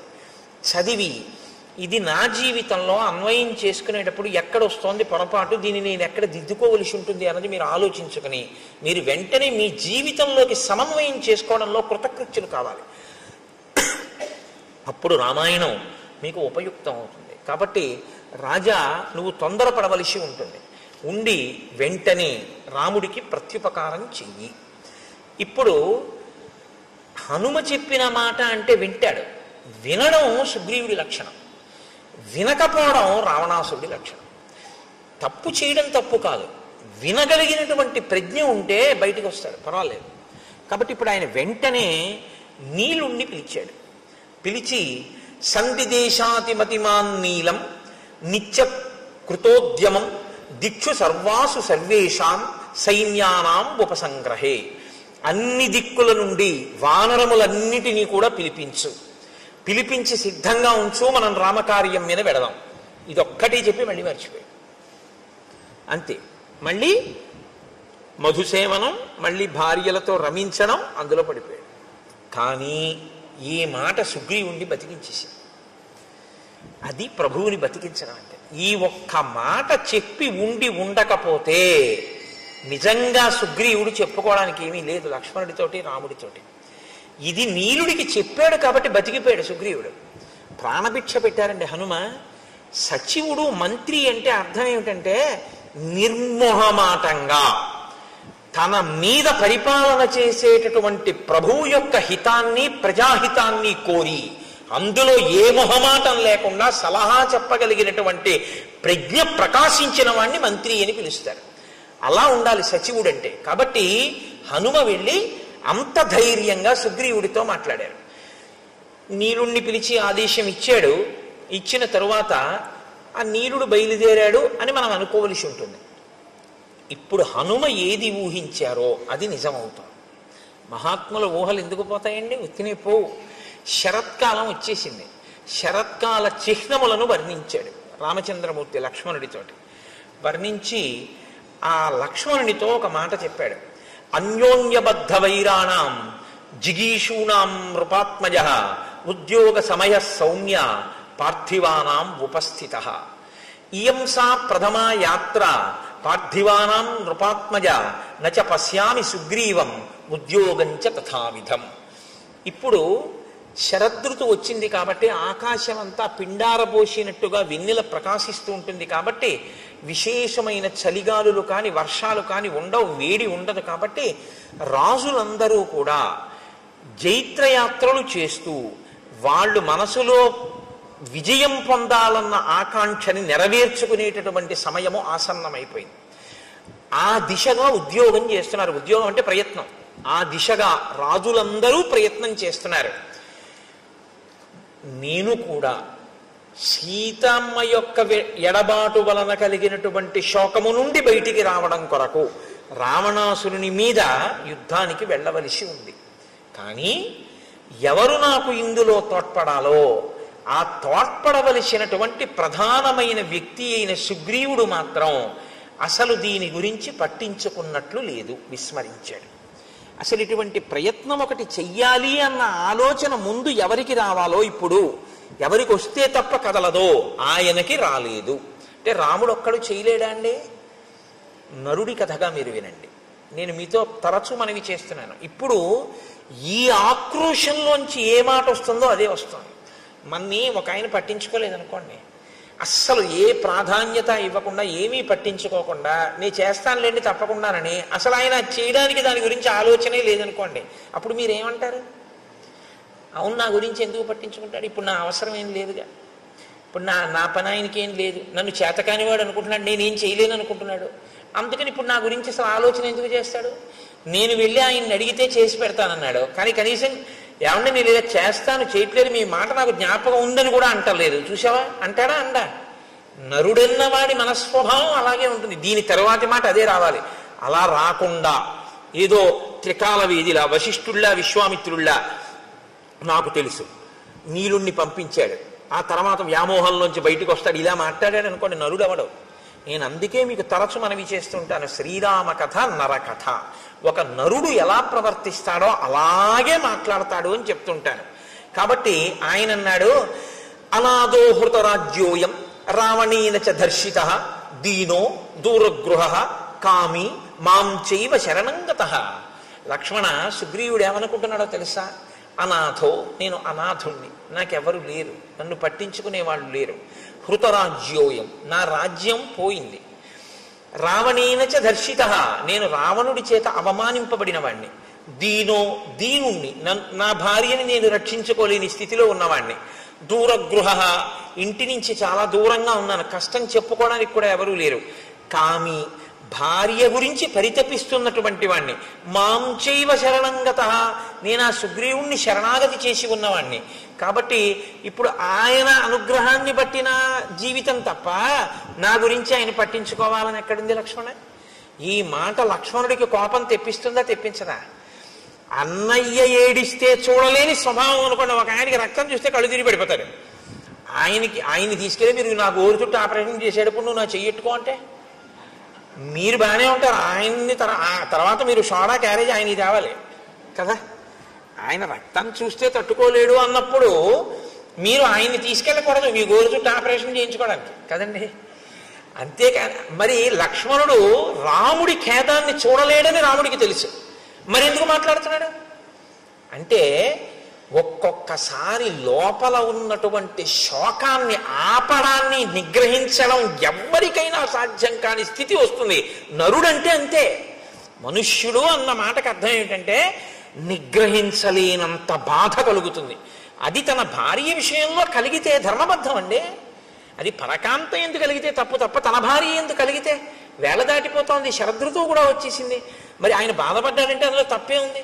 అటువంటప్పుడు నన్ను ఇలా పట్టించుకోలేదని మాట్లాడితే ఎంత సహజంగా పూర్ణమైన నరుడిగానే రాముడు మాట్లాడుతున్నాడు తప్ప ఒక ఈశ్వరుడిగా రాముడు ఎప్పుడూ మాట్లాడలేదు రామాయణంలో. కాబట్టి ఇత్యేతై కారణై సౌమ్య సుగ్రీవస్య దురాత్మనః అహం వానరరాజస్య పరిభూతః పరంతప. అదిగో దురాత్ముడైనటువంటి సుగ్రీవుడున్నాడే, నన్ను పట్టించుకోకుండా ఇలా అవమానిస్తున్నాడు. నేను ఈ ఊరు బయట పర్వత గుహలో ఇలా పడున్నాను. తం ప్రవిశ్యచ కిష్కింధాం బ్రూహి వానరపుంగవం మూర్ఖం గ్రామ్య సుఖే సక్తం సుగ్రీవం వచనాన్ మమ. నువ్వు కిష్కింధా నగరంలోకి వెళ్ళు, అంతఃపుర ప్రవేశం చేయి, ఆ సుగ్రీవుడి దగ్గరికి వెళ్ళు. గ్రామ్య సుఖం అంటే కేవలము కామోపభోగమే జీవితానికి ప్రయోజనంగా బతుకుతున్నటువంటి ఆ సుగ్రీవుడి దగ్గరికి వెళ్ళి వచనాన్ మమ, నా మాటగా చెప్పు. అర్ధినాం ఉపపన్నానాం పూర్వంచా వ్యపకారిణాం అశాం సంసృత్యయో హంతి సలోకే పురుషాథమః. మిత్రులైన వారి దగ్గర ఉపకారాన్ని పొంది ప్రత్యుపకారం చేస్తానని మాట ఇచ్చి చెయ్యవలసిన ప్రత్యుపకారాన్ని చెయ్యకుండా వేళ దాటిపోయినా దాని గురించి పట్టించుకొని వాడెవరున్నాడో వాడిని పురుషాధముడు అని లోకం పిలుస్తుంది. శుభం వా యది వా పాపం యోహి వాక్యం ఉదీరితం సత్యేన ప్రతిగృహ్ణాతి సవీర పురుషోత్తమ. ఆ చేసేటటువంటిది పాపమా పుణ్యమా అన్నది కూడా పక్కన పెట్టి మిత్రుడికి ఇచ్చినటువంటి మాటకి కట్టుబడి ఆ కార్యం చెయ్యడానికి ప్రయత్నించేవాడెవడో వాణ్ణి పురుషోత్తముడు అని పిలుస్తారు. కృతార్థాహ్య కృతార్థానాం మిత్రాణం నభవంతి తాన్ మృతానపి క్రవ్యాదాహ కృతఘ్నాన్ నోపభుంజతే. ఎవరు మిత్రులు చేసిన ఉపకారము వలన తాను గట్టెక్కి మిత్రుణ్ణి గట్టెక్కించడానికి ఉపకారం చెయ్యవలసిన సమయంలో ఉపకారం చెయ్యకుండా ముఖం చాటేసి తిరిగి జీవితాన్ని వెళ్ళబుచ్చుకునే ప్రయత్నం చేస్తాడో అటువంటి వాడు మరణించిన తరువాత వాడి శరీరాన్ని కుక్కలు కూడా ముట్టుకోవు అని చెప్పు.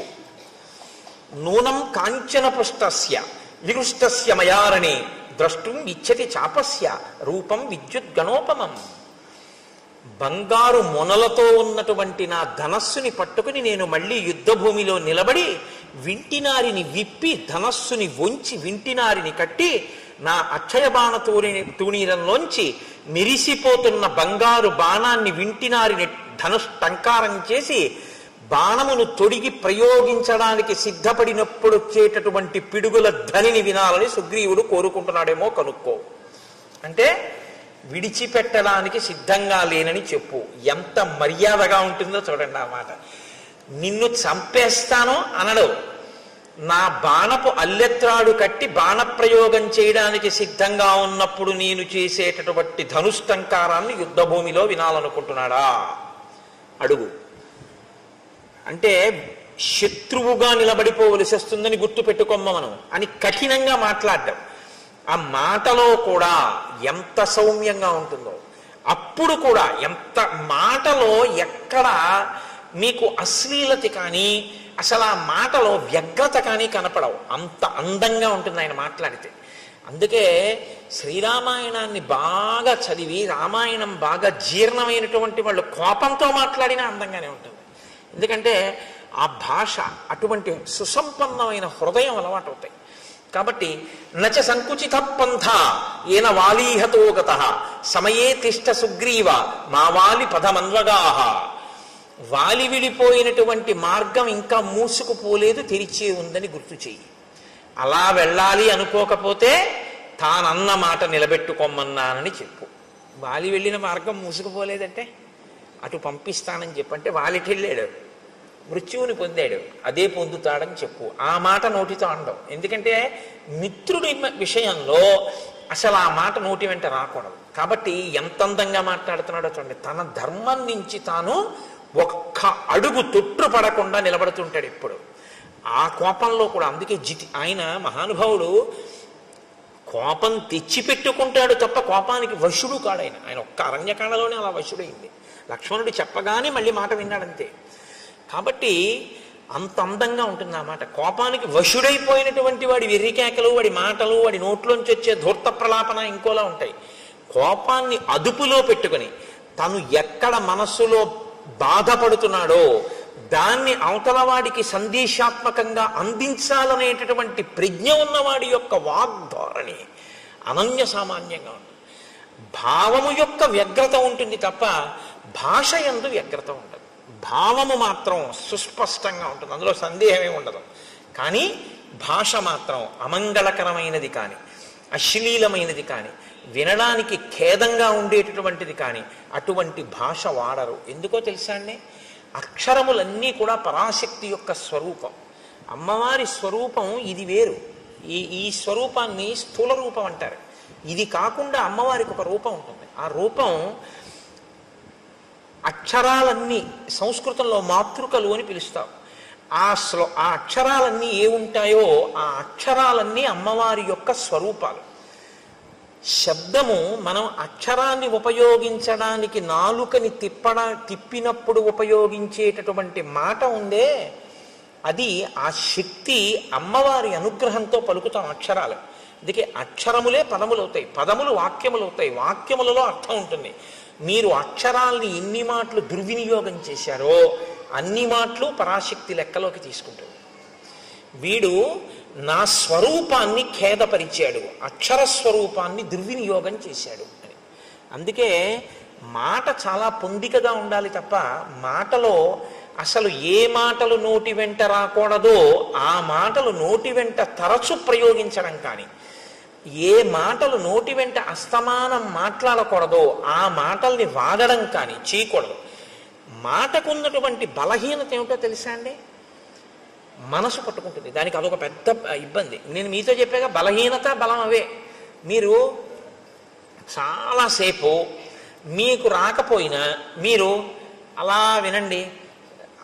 ఆ గురు ప్రార్థన అదే పనిగా ఓ గంట సేపు విన్నారనుకోండి, అంతవరకు ఎందుకండి, పోనీ గురు ప్రార్థన కాసేపు వదిలేయండి. పోనీ ఏదో సంస్కృతంలో సంక్లిష్ట పదజాలంతో ఉందండి అంటారా, పక్కన పెట్టేయండి.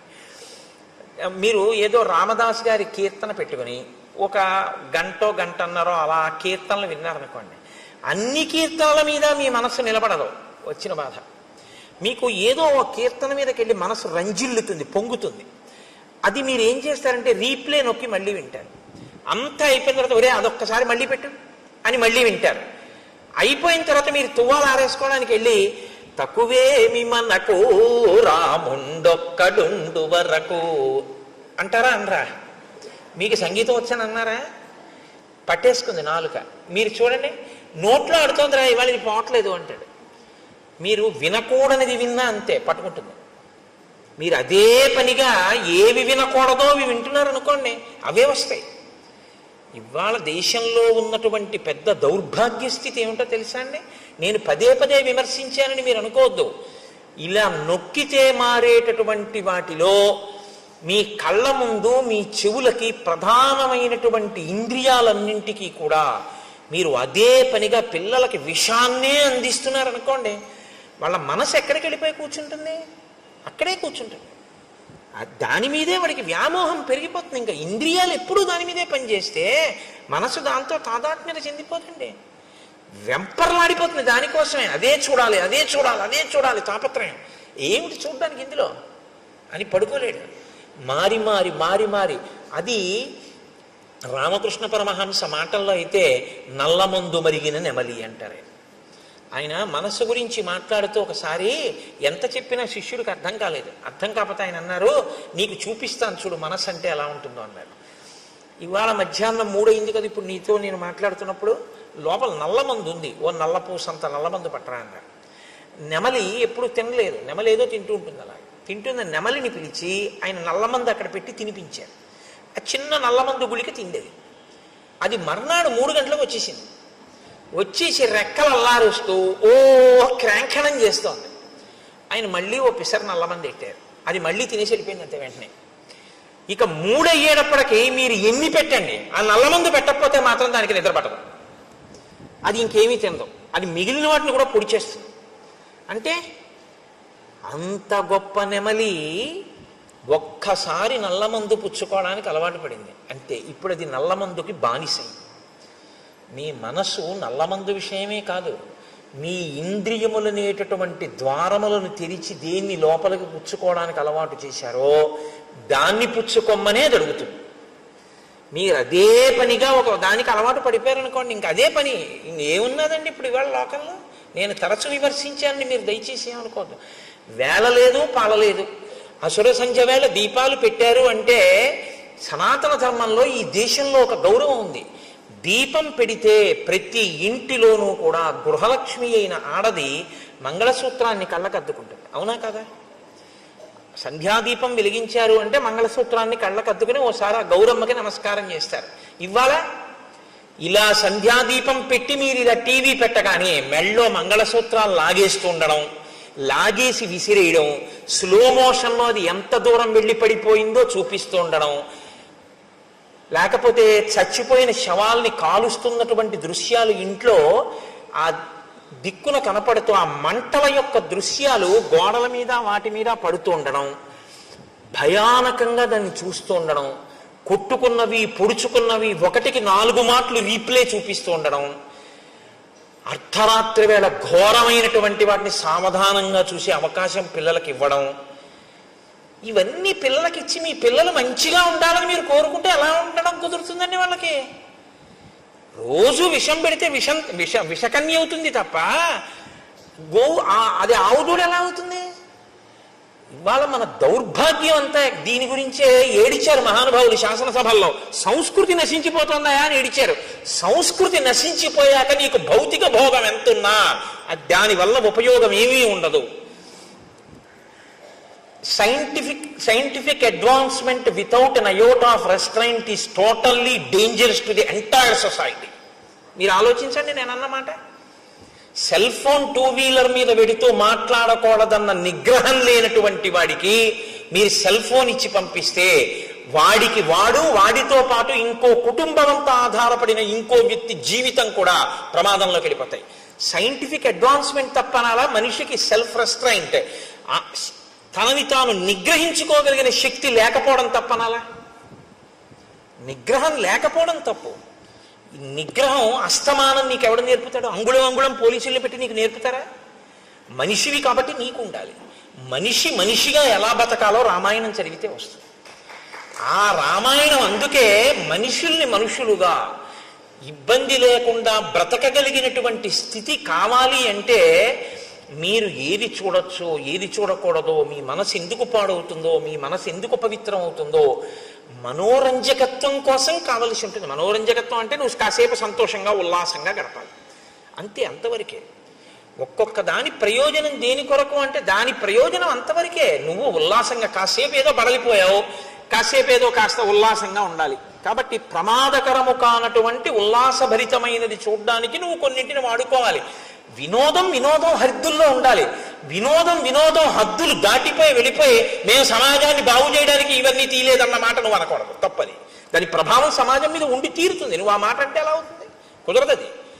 కాబట్టి ఇవాళ ఈ హద్దులు ఎందుకు దాటిపోయామంటే మనం రామాయణాన్ని మరిచిపోకుండా ఉండగలిగితే మనం ఖచ్చితంగా హాయిగా ఆనందంగా ఏ వస్తువుని ఎక్కడ వరకు వాడుకోవాలో అక్కడ వరకు వాడుకోగలిగిన ప్రజ్ఞ భాషించి ఉండేది. ఇది రామాయణం చెయ్యగలిగినటువంటి గొప్ప ప్రయోజనం. ఇది మీరు పిల్లలు చూడండి, ఏదైనా కథ చెప్పమ్మమ్మ, ఏదైనా కథ చెప్పు తాతయ్య అంటారు. ఏం కథ చెప్తాను? రాత్రి 7ంటికి సీరియల్ వస్తుంది చూడు అంటే వాడు అదే చూసి మీరు అదే చూస్తే, మీరు అంటే మీరు కాదు, మీరేం చూడరు, నా గురించి నేను చెప్పుకునేది. కాబట్టి అసలు ముందు మనకొకటి వస్తే రా నీకొక చెప్తాను కూర్చో. ఏమైందో తెలుసా? ఒకసారి సుగ్రీవుడు ఏం చేశాడో తెలుసా? ఏం చెప్పారో తెలుసా? హనుమ, అదిగో నువ్వు దండం పెడతావే ఆ స్వామి బుద్ధిమతాం వరిష్టం. ఏం చెప్పారో తెలుసా? ఇదిగో కాలం దాటిపోతే ప్రమాదం వస్తుంది, వేళపట్టును చెయ్యవలసింది వేళపట్టును చెయ్యాలని చెప్పారు అని ఈ ఘట్టాన్ని చెప్పండి. ఆ పసిపిల్లల మనస్సు మీద కాలము యొక్క విలువ, చేయవలసిన వేళకి చెయ్యడం అనేటటువంటిది ఎంత ముఖ్యమో నాటుకుంటుంది. పిల్లల హృదయాలు ఎటువంటివో తెలుసా అండి? బాగా దుక్కి దున్ని నీరు పెట్టి ఇంకా మీరు విత్తనం వేయడానికి సిద్ధంగా ఉన్నటువంటి సుక్షేత్రములవి. అక్కడ మీరు తులసి గింజలు వేశారనుకోండి, అది తులసివనం. మీరు అక్కడ ఆకుమడి వేస్తే అది వరి చేను, మీరు అక్కడ చెరుకు వేస్తే చెరుకు తోట, మీరు మారేడు చెట్లు వేస్తే మారేడు వనం, మీరు గంజాయి మొక్కలు వేస్తే గంజాయి వనం. వేసేవాడి మీద ఉంటుంది తప్ప క్షేత్రంలో తప్పు లేదు. మీరే విత్తనం వేస్తే ఆ చెట్టే అక్కడ లేస్తుంది. తప్పంటూ ఎక్కడైనా ఉంటే మనం పిల్లల మనసుల్లో వెయ్యకూడనివి వేసిన పెద్దలది తప్పు తప్ప అది పుచ్చుకోవడానికి సిద్ధంగా ఉన్న క్షేత్రంది ఎప్పుడూ తప్పు కాదు. అందుకే పిల్లల మనసుల్లో వెయ్యవలసిన విత్తనం వెయ్యడం తన బాధ్యతగా గుర్తించకపోవడం కూడా దోషమే. తన కర్తవ్యం తను చెయ్యాలి, పిల్లలకి చెప్పవలసింది తాను చెప్పాలి. వాళ్ళు విన్నారా వినలేదా నీకు అనవసరం, నీ కర్తవ్యం నువ్వు చేసావా లేదా, ఒక్కడు బాగుపడ్డాడు చాలు. నీ పిల్లలకి నువ్వు చెప్పాలి, వాడు విన్నాడా వినలేదా నీకు అనవసరం, నీ కర్తవ్యం నువ్వు చెయ్యి. ఇది శ్రీరామాయణం మనకి నేర్పుతుంది. కాబట్టి హనిష్యామి సబాంధవం, వాలిని ఒక్కడే చంపేశాను ఒక బాణంతో, సుగ్రీవుణ్ణి సబాంధవంగా బంధువులందరితో చంపేస్తానని చెప్పి.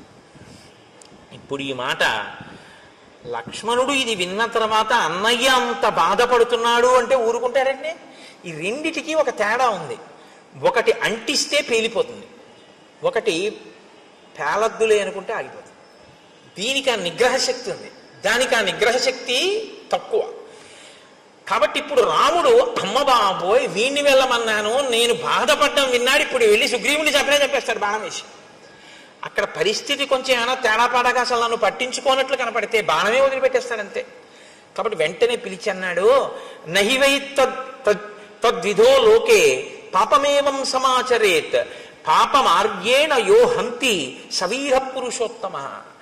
నాన్న యుక్తాయుక్త విచక్షణతో బాగా ఆలోచించి కేవలము పాపాత్ముడే, ఇంకా వాడు మారడానికి అవకాశం లేదన్న వాణ్ణి చంపాలి తప్ప, మారడానికి అవకాశం ఉంది, వాడు ఒక మాట చెప్తే మారతాడు, ఏదో తప్పు జరిగిపోయింది, వాడు తనని తాను మరిచిపోయి ఏదో వ్యసనానికి లోనైపోయి కాలాన్ని మరిచిపోయి కామమునకు వశుడై ఉన్నాడు తప్ప, చెప్తే ఇప్పుడు విని మళ్ళీ బుద్ధి మార్చుకునేవాడు అనుకుంటే చెప్పకూడదు సుమా. అందుకని తొందరపడి సుగ్రీవుని చంపేశావు, అటువంటి పని చెయ్యకు. నేదం అద్యత్వయా గ్రాహ్యం సాధువృత్తేన లక్ష్మణ తాం ప్రీతిం అనువర్తస్య పూర్వవృత్తంచ సంగతం. నువ్వు వెళ్ళేటప్పుడు సుగ్రీవుడితో పూర్వ స్నేహం ఎలా ఉండేదో, మనం అందరం ఎంత ప్రేమగా మాట్లాడుకునే వాళ్ళమో, మన పట్ల సుగ్రీవుడు ఎంత ప్రీతిపాత్రుడో బాగా స్మరించుకుంటూ వెళ్ళు. మీరు ఏది స్మరించుకుంటూ వెడితే మనసు అలా ఉంటుంది.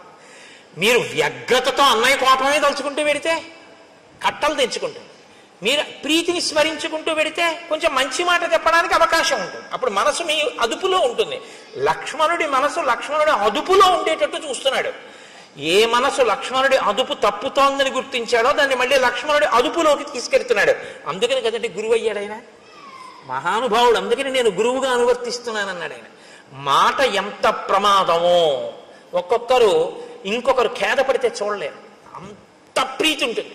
ఆయన బాధపడ్డాడు అనుకోండి, అయ్య బాబోయ్ ఆయనంత బాధపడ్డామా అని నాకేమైనా పర్వాలేదని చెప్పి ఈయన వెళ్ళిపోయి ఆయనతో కలిపిడిపోతాడు కూడా.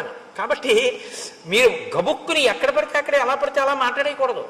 అవతల వారికి మీ మీద ఉన్నటువంటి ప్రీతి వలన వచ్చేటటువంటి పరిణామములను కూడా దృష్టిలో పెట్టుకుని మాట్లాడవలసి ఉంటుంది. ఇది రాముడి యొక్క పరిణతి. కాబట్టి వెంటనే వెనక్కి పిలిచి సామోపహితయా వాచ రూక్ష్మాణి పరివర్జయన్ వక్తుం అర్హసి సుగ్రీవం వ్యతీతం కలపర్యయే.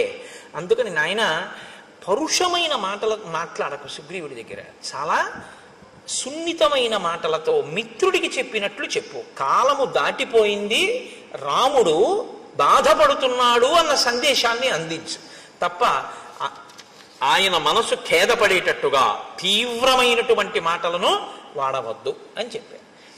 సరే అన్నయ్య అన్నాడు, బయలుదేరాడు. కానీ లక్ష్మణుడే కదండి, చెప్తే వినేసి వెంటనే నేను మీతో మనవి చేసింది అదే. నేను చెప్తున్నాను లోపలికి వెళ్ళు అంటే వెళ్ళిపోయాడు అనుకోండి, వెళ్ళినైంది గొప్ప కదండి. రాముడు చెప్పిన లక్ష్మణుడు కోపాన్ని అంతగా వెంటనే నిగ్రహించేసుకోలేడు. కారణం ఏమిటి? లక్ష్మణుడికి సుగ్రీవుడి మీద కోపం లేదు, లక్ష్మణుడి బెల్లాన్ని ఎత్తుకోలేదు రావణాసురుడు. రాముడు కష్టపడితే చూడలేడు, రాముడి కళ్ళమ్మటి నీళ్లు కారకూడదు. తన జీవిత ప్రయోజనం ఒకటే, రాముడు సంతోషంగా ఉండాలి తప్ప ఆయనకి ఇంకేం అక్కర్లేదు జీవితంలో. ఆయన ఒకే ఒక్క జీవిత లక్ష్యం ఏమిటంటే రాముడు సంతోషంగా ఉండాలి. రాముడు సంతోషంగా లేడు, ఇవాళ బాధపడ్డాడు. ఎవరి వల్ల బాధపడ్డాడు? అదిగో ఆయన వల్ల బాధపడ్డాడు, అంతే.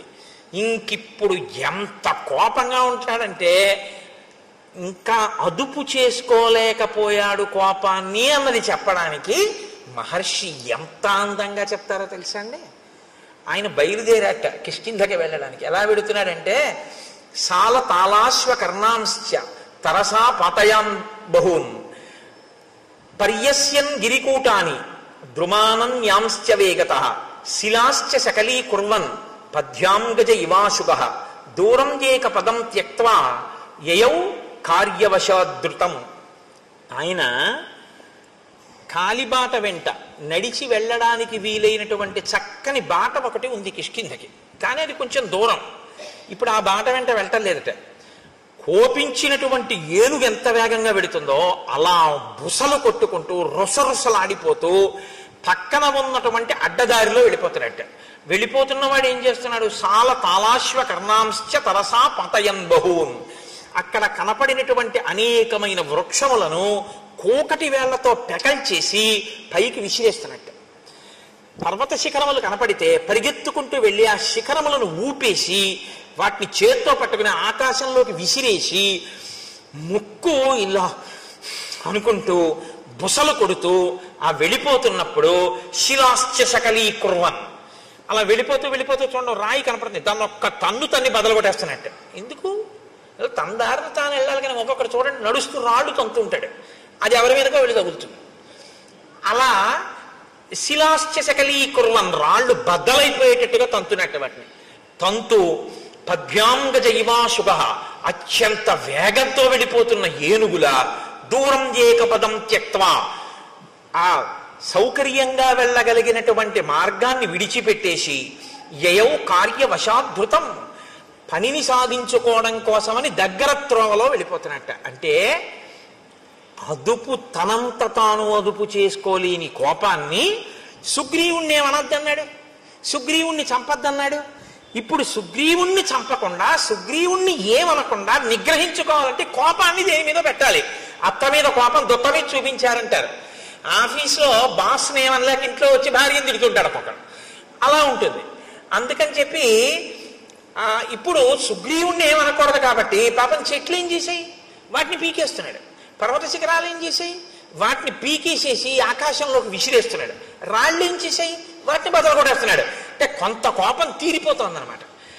అంటే ఇంకా తట్టుకోలేకుండా అన్నయ్య చెప్పిన మాటకి కట్టుబడాలి. మరి అన్నయ్య అందు భక్తి, అలా కట్టుబడాలంటే ఈ కోపం ఇంకోళ్ళ మీద చూపిస్తున్నాడు. అంటే కోపం పోయిందా, పోగొట్టుకునే ప్రయత్నంలో ఉన్నాడు ఇంకాను. కానీ తొందరగా వెళ్ళి సుగ్రీవుణ్ణి అనగాల, అన్నయ్యని ఏడిపిస్తాడా వీడు, ఇది బాధ, అందుకని అడ్డత్రోవలో వెళ్ళిపోతున్నాడు. అంటే లక్ష్మణ భక్తిని ఆవిష్కరిస్తుంది. ఇంకా లక్ష్మణుడికి జీవితంలో రాముడు సంతోషంగా ఉండడం కన్నా ఇంకొక అన్య ప్రయోజనం లేదు. దీనివల్ల మనకేమర్థమవుతోంది, రాముడు సంతోషంగా ఉంటే లక్ష్మణుడు సంతోషంగా ఉంటాడు. రాముడు ఏడిస్తే లక్ష్మణుడు ఎవడు ఏడిపించాడని అడుగుతాడు, ఎవడు ఉండడం. అంతే కదా దాని అర్థం. అంతగా రామునితో మమేకమైపోయి రాముని యందు అంత భక్తి ప్రపత్తులు ఉన్నవాడు లక్ష్మణుడు. కాబట్టి ఇప్పుడు ఆయన గబగబ గబగబా బయలుదేరి ఆ కిష్కింధా సామ్రాజ్యం దగ్గరికి వెళ్ళాడు. బుసలు కొడుతూ ఊగిపోతూ ధనస్సు పట్టుకుని బాణాలు పట్టుకుని వస్తున్నటువంటి ఆ లక్ష్మణమూర్తి యొక్క స్వరూపాన్ని, ఆ నగరాన్ని కాపు కాస్తున్నటువంటి కొన్ని వేల మంది వానర యోధులు చూశారు. చూసి వాళ్ళు అదేమిటి అంత వేగంగా వచ్చేస్తున్నాడని ఆయన్ని చూసి భయపడి అటు ఇటు చెల్లాచెదరైపోయారు. కొంతమంది ఏమిటి యుద్ధానికి వస్తున్నాడు అని ఒక మహానాదం చేశారు. కానీ తేజోమూర్తి అయిన లక్ష్మణుని యొక్క ఆ ఉద్ధతికి తట్టుకోలేక వాళ్ళందరూ దూరంగా పరిగెత్తి పారిపోయారు. సుగ్రీవుడు మాత్రం లోపల అంతఃపురంలో తారతో రుమతో వానరకాంతలతో విశేషంగా మధుపానం చేసి హారములన్నీ చెదిరిపోయి కనుగుడ్లు తిరుగుడు పడుతుండగా ఆ కామోపభోగము యందు రమిస్తున్నటువంటి వాడై ఉన్నాడు. అందుకని పైన ఏం జరుగుతోందో గ్రహించగలిగినటువంటి మనసు ఆయనకి లేదు. ఆయన మనసుని ఆయనే అటువంటి నిద్రావస్థలోకి ఆయన కోరుకున్న దాని పట్ల ఉద్రేకం పొందేటట్టుగాను ఆయన దాన్ని తయారు చేసుకున్నాడు. ఈశ్వరుడు చక్కని మనస్సుని మీకు ఇచ్చి స్పందించగలిగిన శక్తితో కూడిన ఒక చక్కటి దాన్ని మీకు ఇచ్చాడనుకోండి, దాన్ని ఉత్ప్రేరకములతో మీకు కావలసిన రీతిలో ఉద్రేకపడేటట్టు మీరు తయారు చేసి స్పందించగలిగిన శక్తి దానికి చంపేస్తే ఈశ్వరుడిదా దోషం మందా? మనది. అక్కడ యజ్ఞవేది ఉందనుకోండి, ఒక యజ్ఞవేది వెలుగుతోంది, హవిస్సులు ఇస్తున్నారు, అందులోకి పట్టుకొచ్చి నేను సారా పోసాను అనుకోండి, ఇప్పుడు వేదికి ఇబ్బందా నాకు ఇబ్బందా? వేదికేమండి, ఆ వేదికేమవదు, అప్పటికి అపవిత్రం అవుతుంది, మళ్ళీ ఏదో ప్రాయశ్చిత్త కర్మ చేసి యజ్ఞం చేస్తారు. కానీ పోషిన నేను నాకిక నిష్కృతి ఏముంది? ఇక్కడ స్వయంగా పరమేశ్వరుడే కూర్చుని అగ్నిహోత్ర జ్వాలగా వెలుగుతున్నాడు. వెలిగి మనం వేసిన పదార్థాలన్నిటినీ ఆయన పచనం చేస్తున్నాడు. పచనం చేసి నెట్టుటిగా మార్చి దీంట్లోకి ప్రవహింపచేసి తెల్లవారేటప్పటికి పిప్పిని విసర్జించడానికి వీలుగా సిద్ధం చేస్తున్నాడు. నేను నిద్రపోతానేమో కానీ ఆయన నిద్రపోడు. అహం వైశ్వానరో భూత్వా ప్రాణినాం దేహమాశ్రిత ప్రాణాపాన సమాయుక్తం పచాన్యన్నం చతుర్విధం. ఆ అగ్నిహోత్రం వెలుగుతూనే ఉంటుంది. నేను నిద్రపోవచ్చు, ఆయన రాత్రి నేను తిని పడుకున్న దాన్ని లోపల యజ్ఞాగ్ని యందు పచనం చేసి దగ్ధం చేసి శక్తినిచ్చి పిప్పిని తెల్లవారేటప్పటికి సిద్ధం చేస్తాడు. అటువంటి అగ్నిహోత్రంలో మీరు పొయ్యకూడంది పోశారనుకోండి, ఇప్పుడు లోపల అగ్నిహోత్రానికి ఇబ్బందా? ఈశ్వరుడి ముఖం మీద పోసినందుకు నువ్వు పాపాన్ని మూటగట్టుకుంటున్నావా? ఆ తత్వాన్ని పరిశీలనం చెయ్యగలిగితే మీరు చెయ్యలేరు. బలహీనత నుంచి బయటపడడానికి ఒకే ఒక్క ఆధారం ఏమంటే అది ఎటువంటి అపచారమో మీరు గుర్తించడమే. అది అపచారమో అని మీరు గుర్తించగలిగితే, మీ మనసు పట్టుకోగలిగితే ఇక మీరు చేయలేరు. అదే మనసు తిరగబడుతుంది, వద్దు వద్దు తప్పిది, అలా ఎలా చేస్తావు అంటుంది. అలా ఎలా చేస్తావు అని అన్ననాడు మీరు ఇంక చేయలేరు. అలా ఎందుకు చేస్తావని ఎంతమంది చెప్పినా మీరు చేయకుండా ఉండలేరు. మీరు నా మాట పట్టుకున్నారో లేదో? మీరు పట్టుకున్నారని నేను అనుకుంటున్నాను. ఇంకా మళ్ళీ ఇన్ని మాటలు మళ్ళీ మళ్ళీ చెప్పక్కర్లేదు, ఎందుకంటే మీరు ప్రాజ్ఞులు కనుక. ఇప్పుడు ఆ లోపలికి వెళ్ళినటువంటి ఆ లక్ష్మణుడు అంగదుణ్ణి చూశాడు. అంతఃపురం బయట అంగదుడు ఉన్నాడు. అంగదుణ్ణి పిలిచన్నాడు, సోంగదం రోషతాం రాక్ష సందిదేశ మహాయశాః సుగ్రీవ కజ్జతాం వత్స మమాగమనమిచ్యుత ఏష రామానుజ ప్రాప్త త్వత్సకాశం అరిందమ భ్రాతుర్వ్యసన సంతప్తో ద్వారి తిష్టతి లక్ష్మణ తస్య వాక్యే యది రుచి క్రియతాం సాధు వానర ఇత్యుక్త్వా శీఘ్రమాగచ్చ వత్సవాక్యమరిందమ. నువ్వు లోపలికి వెళ్ళి నీ పినతండ్రి అయినటువంటి సుగ్రీవుడితో ఒక మాట చెప్పు. రామచంద్రమూర్తి శోకమును పొంది ఉన్నాడని, రామచంద్రమూర్తి మాటలు చెప్పడం కోసం ఆయన తమ్ముడైన లక్ష్మణమూర్తి వచ్చాడని, ద్వారం వద్ద ఎదురు చూస్తున్నాడని, నీతో వచ్చి మాట్లాడాలనుకుంటున్నాడని లోపలికి వెళ్ళి నీ పినతండ్రితో చెప్పి, నీ పినతండ్రి ఏమనుకుంటున్నాడో వచ్చి నాతో చెప్పు అని ఆయన అక్కడ నిలబడ్డాడు. ఈ అంగదుడు లోపలికి వెడుతున్నాడు. అది మంత్రులంటే, సచివులంటే అది, దూరదృష్టి అంటే అది. ప్లక్షుడు ప్రభావుడు అనబడేటటువంటి ఇద్దరు ఆ మంత్రులు కూడా అంగదుడితో పాటు లోపలికి వెళ్ళారు. మంత్రులు లోపలికి వెడితే దాన్ని ఎవరు అభ్యంతర పెట్టడానికి వీలుండదు. అంగదుడితో పాటు వెళ్ళారు. వాళ్ళకి తెలుసు. ఇప్పుడు లక్ష్మణమూర్తి ఒక పిల్లవాడికి చెప్పాడు, యువరాజుకి. యువరాజుకు కూడా భయమే లక్ష్మణుడు అంటే. తీరా వెళ్ళిన తర్వాత ఇప్పుడు అంగదుడు కర్తవ్యం చేయడమా, అంగదుడు చెప్పిన దాన్ని బట్టి సుగ్రీవుడు ప్రాణాలు నిలబడ్డమా అన్నది ఎవరి చేతిలో ఉంది? అంగదుడి చేతిలో లేదు, సుగ్రీవుడి చేతిలో ఉంది. సుగ్రీవుడు ఎటువంటి స్థితిలో ఉన్నాడని మంత్రులకి తెలుసు. అసలు విపరీతమైనటువంటి భావోద్రేకంతో మధుపానాసక్తుడై కామాతురుడై ఉన్నాడు తప్ప అంగదుడు చెప్పింది చెవిలోకి వెళ్ళడం కాదు, మనసులోకి వెడుతుందా అన్నది చెప్పడం కష్టం. ఇప్పుడు అంగదుడితో లక్ష్మణుడు ఏమన్నాడు? వెళ్ళి చెప్పి బయటికి వచ్చి నాకేమైందో చెప్పన్నాడు. నించునున్నాడు. వెళ్ళి లోపల ఉండిపోతే కోపగిస్తాడు. ఇప్పుడు అంగదుడు కారణం అవుతాడు. అంగదుడు వెళ్ళి చెప్పిన తర్వాత చెప్తాడు, అయ్యా బయట లక్ష్మణమూర్తి ఎదురు చూస్తున్నారు, మీతో మాట్లాడతారట. తప్ప తాగి తూలుతూ అంతమంది కాంతలతో రమిస్తున్నటువంటి సుగ్రీవుడు అని ఊరుకున్నాడు అనుకోండి. ఎన్ని మాటలు చెప్తాడు? రాజు కాబట్టి తిరిగి వచ్చి ఆయన మధుపానం చేస్తున్నాడు, భార్యలతో క్రీడిస్తున్నాడు, నేను చెప్పాను కానీ ఆయన చెవికి ఎక్కినట్టు లేదు అన్నాడు అనుకోండి. ఏ సుగ్రీవుడు బతుకుతాడా? ఇక బతకడు. ఈ దోషానికేగా కాలం దాటిపోయింది. కాబట్టి ఇప్పుడు అంగదుడు వచ్చి చెప్పడం కాదు, అంగదుడు వచ్చి చెప్పే లోపల సుగ్రీవుడి ప్రాణములు నిలబడేటట్టుగా చెయ్యాలి ముందు. కాబట్టి వీళ్ళని వెళ్ళమనలేదా కాదు, ప్రభు ప్రాణములను కాపాడడం అన్నది అంగదుడు వెళ్ళి రావడంలో ఉంది.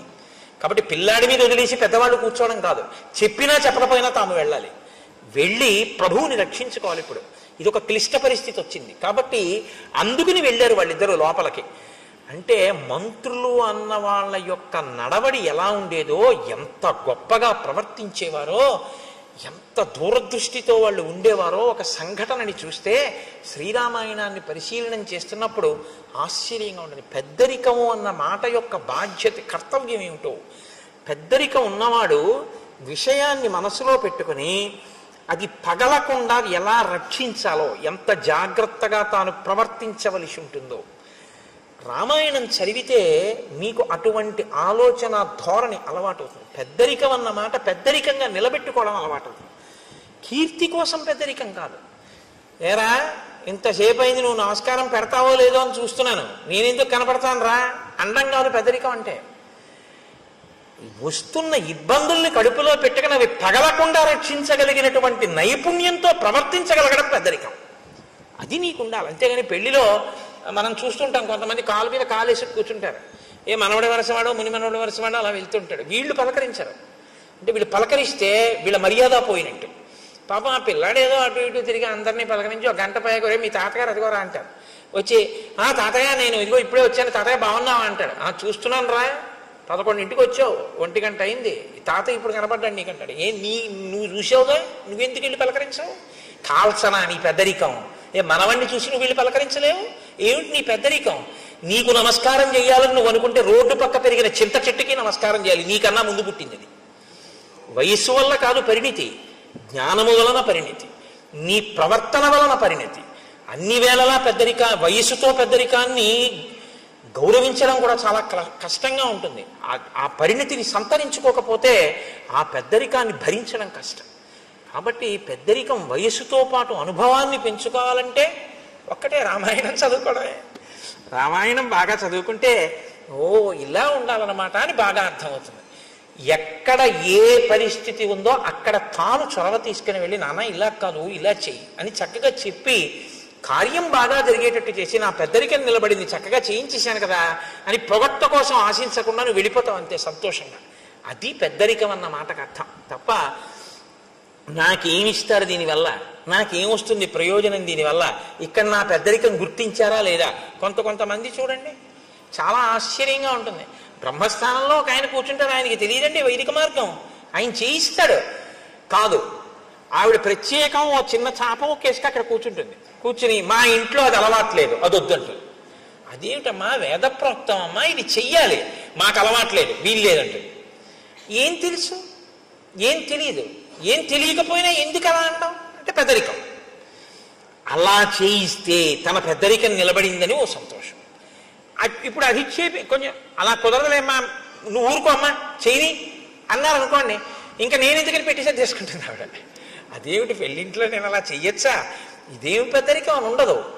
మీరు జాగ్రత్తగా గమనించండి, నేను ఎవరి మీద ఆక్రోశంతో మాట్లాడటం లేదు. పెద్దరికం అన్నది దేనికి పనికి రావాలంటే తనకన్నా వెనక పుట్టిన వాళ్ళ సంతోషానికి పనికి రావాలి. తనకన్నా వెనక పుట్టిన వాళ్ళందరినీ ఏడిపించడానికి పనికి వచ్చిన పెద్దరికం కాల్చనా దేనికండి? అది అలా ఉండకూడదు, తప్పది. నేను రామాయణం చెప్తూ అలాగే చెప్పగలను, ఇంకోలా చెప్పడం నా చేత కాదు. ఒకవేళ నేను చెప్పింది అంత బాగుండకపోతే నేను నన్ను క్షమించాను.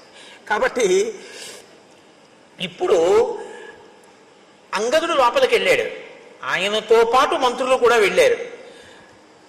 ఇప్పుడు వెళ్ళినటువంటి అంగదుడు సుగ్రీవుని యొక్క కాళ్ళకి నమస్కారం చేశాడు, తారకాళ్ళకి నమస్కారం చేశాడు, రుమకాళ్ళకి నమస్కారం చేశాడు. అంటే ఇద్దరు భార్యలతోటి శయనాగారంలో బాగా మధువు సేవించి తానుండడం కాదు, ఆయన భార్యలు కూడా సేవించి ఉన్నారు, ఆ స్థితిలో ఉన్నారు. అటువంటి చోట ఒక కొడుకు వెళ్ళి నమస్కారం పెట్టి మాట్లాడడానికే చాలా ఇబ్బందిగా ఉంటుంది. మీరు ఆలోచించండి. నేను ఒక్క మాట చెప్తా, అంతకన్నా దాటి చెప్పడం నా సంస్కారానికి కూడా ఇష్టం ఉండదు. వాళ్ళు తల్లులు, ఆయన తండ్రి, వాళ్ళు అలా ఉండగా ఓ కొడుకు వెళ్ళి నమస్కారం చేయడం అన్నది ఆయనకి ఎంత బాధగా ఉంటుంది మీరు ఆలోచించండి. ఇంకొకప్పుడు ఇలా ఉండకుండా ఉంటాడు, వెళ్ళి చెప్తాను మా నాన్నగారికి అనడానికి అలా ఉండకుండా తండ్రి ఉంటాడన్న నమ్మకం లేని స్థితిలోకి వెళ్ళిపోయి ఉన్నాడు ఆయన. కాబట్టి ఇప్పుడు లక్ష్మణుడికి చెప్పుకోలేడు అంగదుడు. ఇది చిన్నపిల్లల్ని ఇబ్బంది పెట్టే పెద్దరికంగా మారడం అంటే. కాబట్టి ఇప్పుడు పాపం అలాగే వెళ్ళి నమస్కారం చేశాడు. నమస్కారం చేసి అంజలి ఘటించి చెప్పాడు. లక్ష్మణమూర్తి కోపంగా ఉన్నారు, రాముడు శోకంతో ఉన్నట్ట, ఆయన చెప్పమన్నది చెప్పడానికి వచ్చాడు, ఎదురు చూస్తున్నాడు, నిన్ను కలుస్తానంటున్నాడు, నన్ను వచ్చి ఏ మాట చెప్పమన్నాడు, కాబట్టి నేను ఏం చెప్పను అని అడిగాడు. ఈయన చెప్పిన మాట ఆయన మనసులోకి వెళ్ళలేదు, ఆయన తలకెక్కలేదు. ఎందుకు ఎక్కలేదంటే ఆయన మనసు ఇక్కడ లేదు, ఇంకొక దాని యందు అనురక్తమై ఉంది. కాబట్టి ఇప్పుడు ఆయన వినే స్థితిలో లేడు.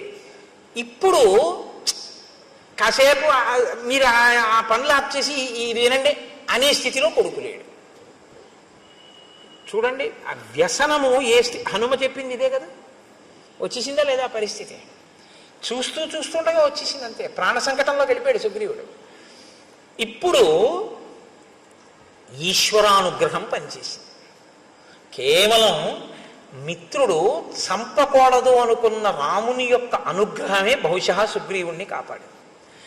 లక్ష్మణుని యొక్క కోపంతో లక్ష్మణుడు దగ్గరికి వచ్చి అంగదుడు మాట చెప్పిన తరువాత లోపలికి వెడదామని ముందుకు నడిచొస్తున్నటువంటి లక్ష్మణుణ్ణి చూసి భయపడిపోయినటువంటి కొన్ని వేల వానరములు ఏకకాలంలో ఒక పెద్ద అర్థనాదం చేశాయి.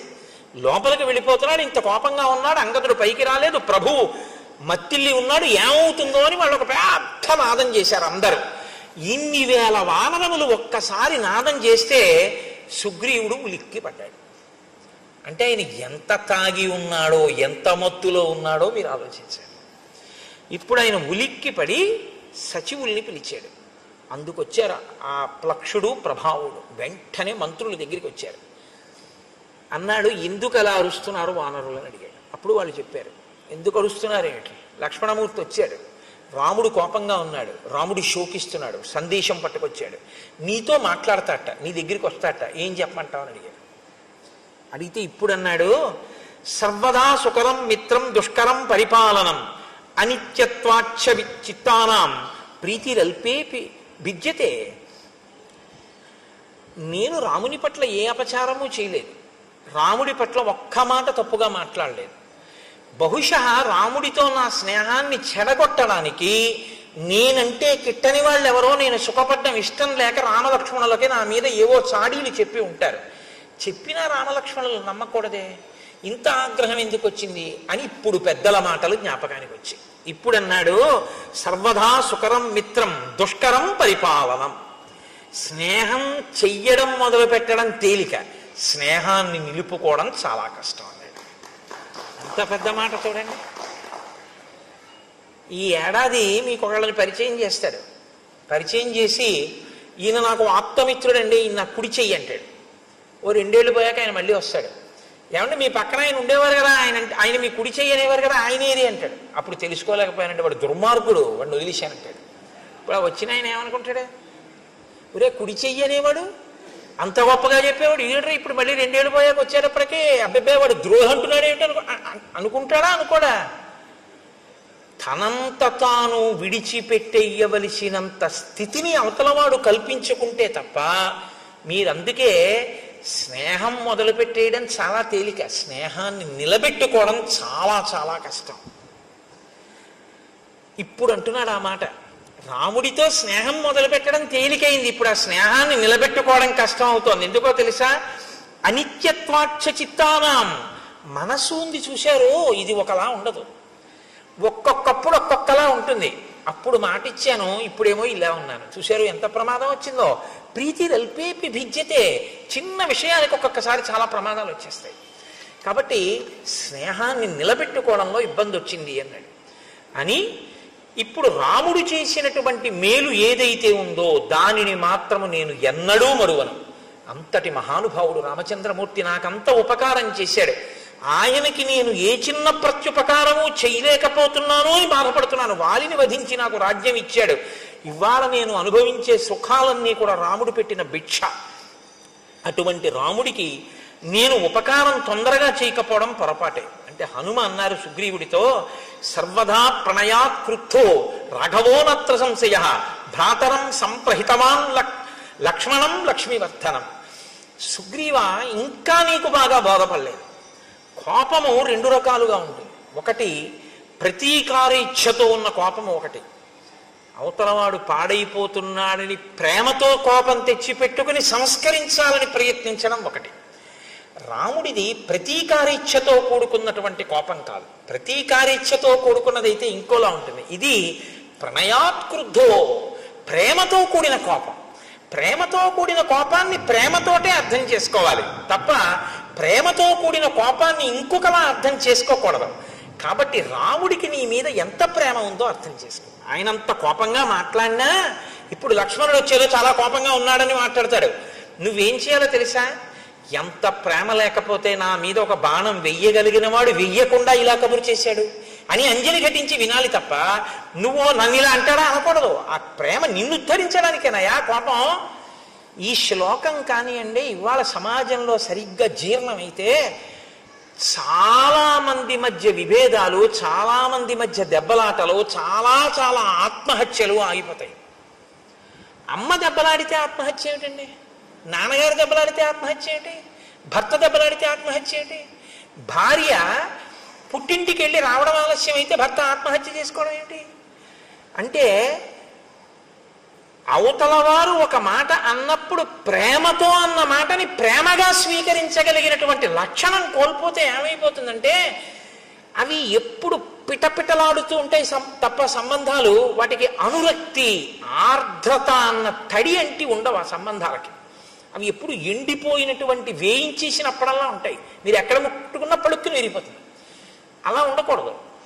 చక్కగా ముట్టుకుంటే తడితో ప్రేమ అన్న తడి తగలడం వల్ల మీరు ముట్టుకుంటే సాగేటటువంటి గుణం కలిగినటువంటిదై ఉండాలి. మీరు ఎంత దాన్ని స్వీకరిస్తే అంత మధురిమ దాంట్లోంచి రావాలి.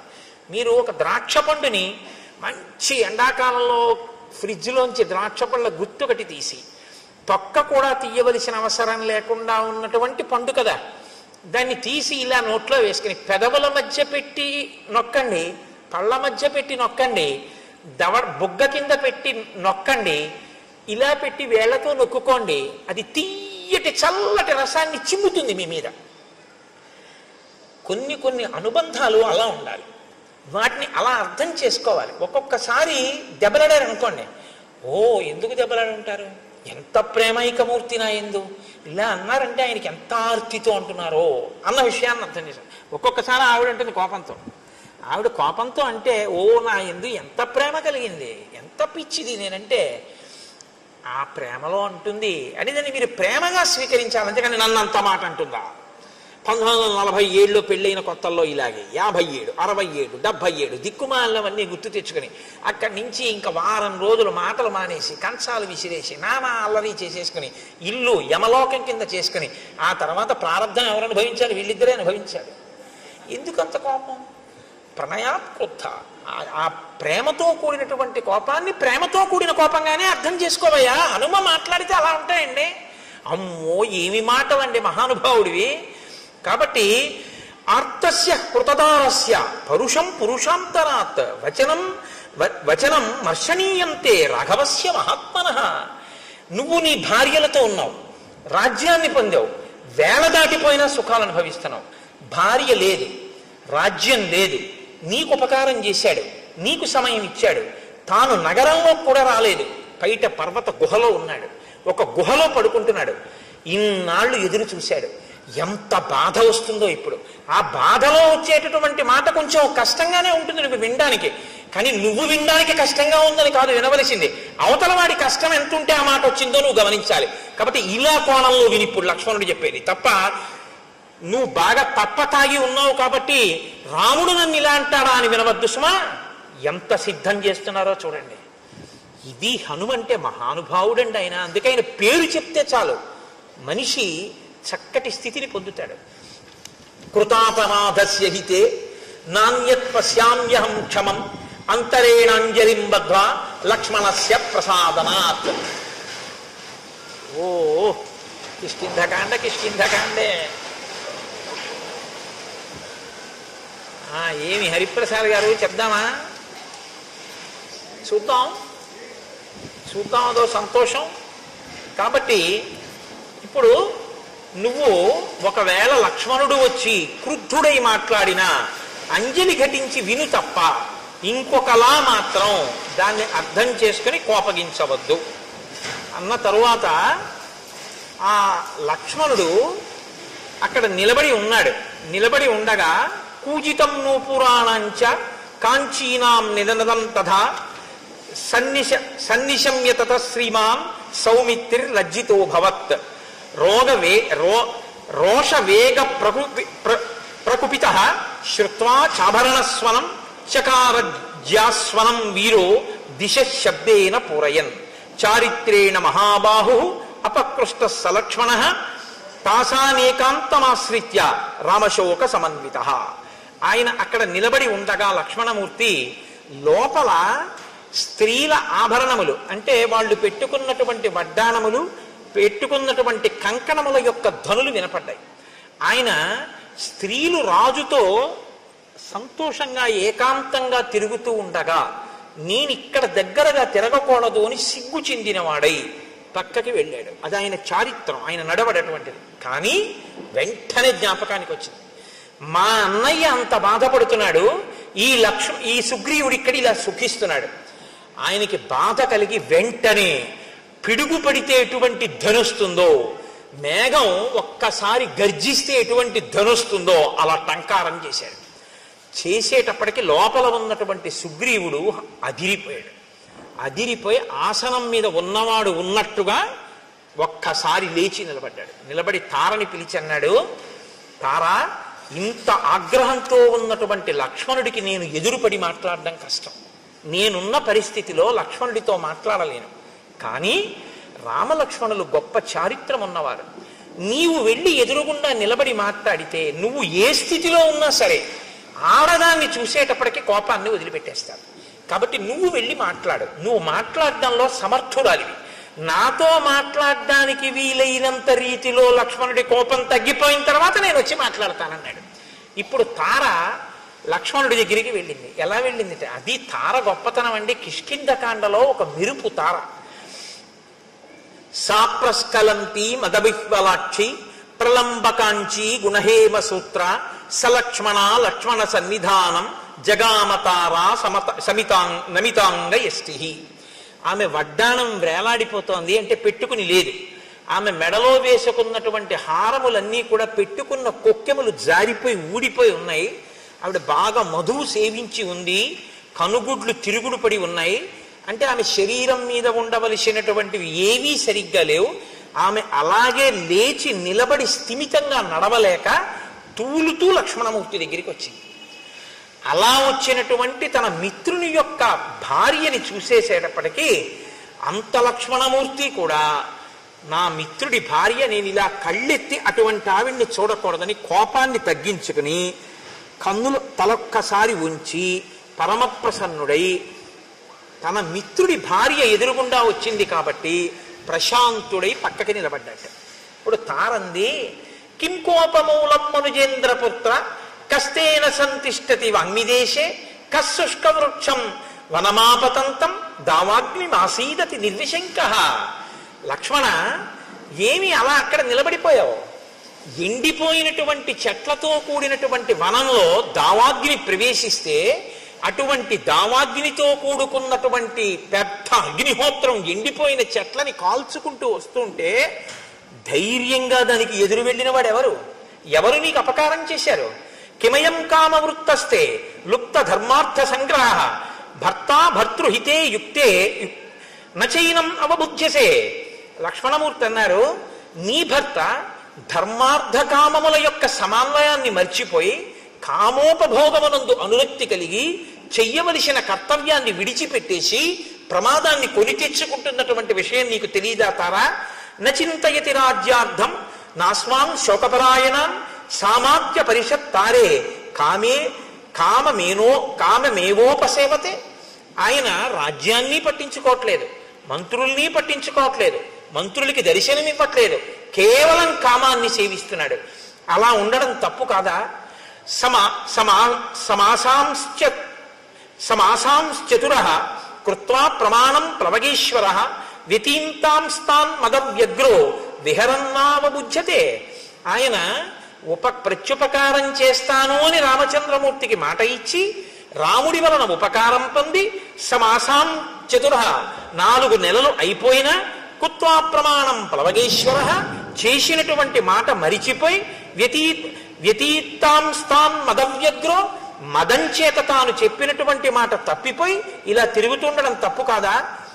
అంటే తారంది, నకోపకాల క్షితిపాలపుత్ర నచాతి కోప స్వజనీ విధేయ తదర్థకామస్య జనస్య తస్య ప్రమాదమప్యర్కసి వీరసోఢుం. నాయన లక్ష్మణ, నువ్వు కోపించవలసినటువంటి సమయం ఇది కాదు. 2, నీ వారి యందు నువ్వు కోపం పెట్టుకోవచ్చా? నీ స్వజనుడయా సుగ్రీవుడు, తప్పు చేస్తే నువ్వు దిద్దాలి, అంతేకాని నువ్వు ఆయన మీద కోపం పెట్టుకోవడం ఏమిటి? కాబట్టి నువ్వు ఈ కోపాన్ని వెంటనే విడిచిపెట్టేటటువంటి ప్రయత్నం చెయ్యి. పైగా సుగ్రీవుడు కామాన్ని అనుభవిస్తూనే నీ కార్యాన్ని సాధించడానికి కావలసినటువంటి ప్రయత్నం చేస్తున్నాడు. సైన్యాన్ని పిలిపించడానికి నీలుడికి ఆదేశం ఇచ్చి ఉన్నాడు. ఈ మాట చెప్పారు కాబట్టి లక్ష్మణమూర్తి ఆగారు. హనుమ ఆనాడు వచ్చి ఎంత రక్షించారో చూడండి. కాబట్టి అధిక గుణములు కలిగినటువంటి వాడు ఎప్పుడూ కూడా తక్కువ గుణములు కలిగినటువంటి వాడిని క్షమించగలిగినటువంటి వాడై ఉండాలి. అంతేగాని అధిక గుణములు కలిగినటువంటి వాడు నీచమైన గుణములున్న వాడి పట్ల క్రోధంతో ఉంటే దానివల్ల ఉపకారం ఏముంటుంది? కాబట్టి నీ కోపాన్ని నిగ్రహించుకో. జానామి రోషం హరివీర బంధో జానామి కార్యస్య చ కాలసంగం జానామి కార్యం తయ్యత్కృతం నః తచ్చాపి జానామి యదత్ర కార్యం. చేసినటువంటి పని ఏమిటో నాకు తెలుసు, చెయ్యనటువంటి పని ఏమిటో నాకు తెలుసు, వేళ మించిపోయిందని నాకు తెలుసు, ఇప్పుడు చెయ్యవలసినటువంటి మహోపకారం ఏమిటో కూడా నాకు తెలుసు.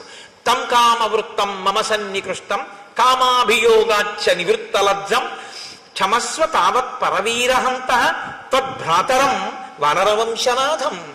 నాయన, విశేషమైనటువంటి కామం చేత సిగ్గు అనేటటువంటి మాట విడిచిపెట్టి భోగం అనుభవిస్తూ సుగ్రీవుడు ఇప్పుడు నా దగ్గరే ఉన్నాడు లోపల మందిరంలో. అటువంటి సుగ్రీవుణ్ణి నీ సోదరుడిగా భావించి నువ్వు క్షమించవలసింది. మహర్షయో ధర్మ తపోభికామాః కామానుకామాః ప్రతిబద్ధమోహాః అయం ప్రకృత్యా చపలః కపిస్తు కథం న సజ్జేత సుఖేషు రాజా. ఇంతకాలం ఎక్కడో పర్వత శిఖరాల మీద తిరిగాడు, సుఖం అంటే ఏమిటో తెలియదు. ఇంతకాలానికి రాజ్యము భార్య దొరికాయి కాబట్టి కామంలో అన్నిటినీ మరిచిపోయాడు. కాబట్టి నాయన, నీవు ఈ విషయాన్ని దృష్టిలో పెట్టుకొని, సుగ్రీవుడు నీకు దాసానదాసుడు, ఆయన అవసరమైతే దేన్నైనా మీకోసం విడిచిపెట్టేస్తాడు.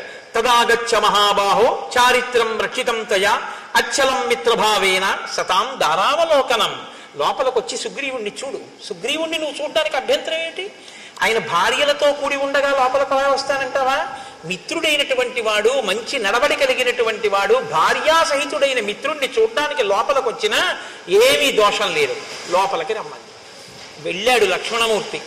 రుమని ఒక తొడ మీద కూర్చోపెట్టుకుని చుట్టూ వానరకాంతలతో కామోపభోగాన్ని అనుభవిస్తూ కనుగుడ్లు తిరుగుడు పడుతూ బాగా మధుపానాసక్తుడై హారములు చెదిరిపోయి ఉన్నాడు ఆ సుగ్రీవుడు. లక్ష్మణమూర్తిని చూడగానే ఒక్కసారి ఎగిరి ఆ పైనుంచి కిందకి దూకాడు. ఆసనం మించి నిలబడ్డాడు. నిలబడితే లక్ష్మణమూర్తి అంటారు, లక్ష్మణమూర్తి యొక్క ఆగ్రహం ఎలా ఉందో వాతావరణం కూడా అలాగే ఉంది. కాబట్టి యస్తు రాజాస్థితో ధర్మే మిత్రాణం ఉపకారిణం విద్యా ప్రతిజ్ఞాం కురితే కో నృశంసతర స్తత. మిత్రుడికి ఉపకారం చేస్తాను అని చెప్పి ఆ మాట మరిచిపోయినటువంటి వాణ్ణి క్రూరుడు అని పిలుస్తారు.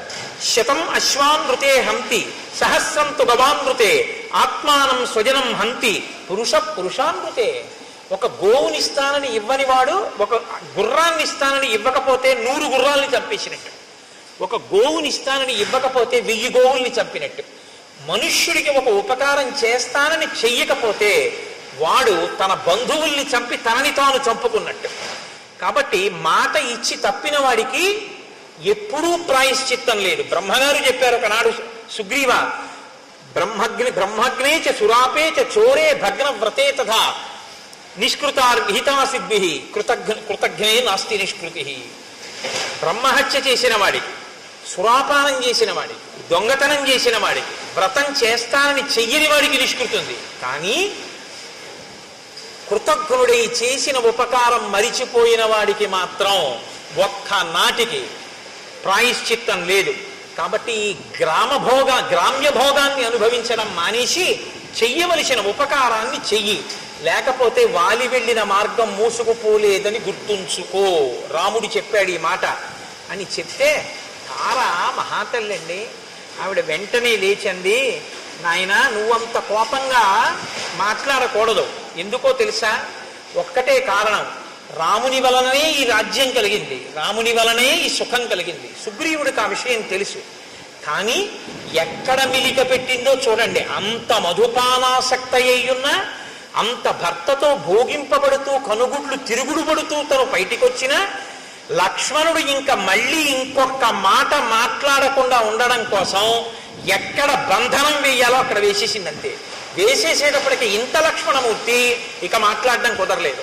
ఆవిడంది, నాయన నువ్వు ఇవాళ ఈ మాట అంటున్నావు, కానీ ఒక్క మాట గుర్తుపెట్టుకో, సహిప్రాప్తం నజానీతే కాలం కాల విదాంబరానికి దానికి లొంగిపోయి మాట మరిచిపోతే అది పెద్ద విశేషమా? కాబట్టి దాని గురించి నువ్వు అంత మనసులో పెట్టుకోకూడదు, క్షమించు. ఇప్పుడు లక్ష్మణుడు ఇంకో మాట అన్నాడు అనుకోండి, విశ్వామిత్రుడి మీద మాట పెరుగుతుంది. తన గురువుని తాను అవమానింపజేసుకోవచ్చా? విశ్వామిత్రుడు అంతటి వాడు లొంగిపోయాడు అంది. అందుకని మీరు రాముడి దగ్గర నిల్చోండి. కాబట్టి ఆయన ఏమి బెంగ పెట్టుకోవద్దు నాయన, కార్యం జరుగుతుంది, విడిచిపెట్టు.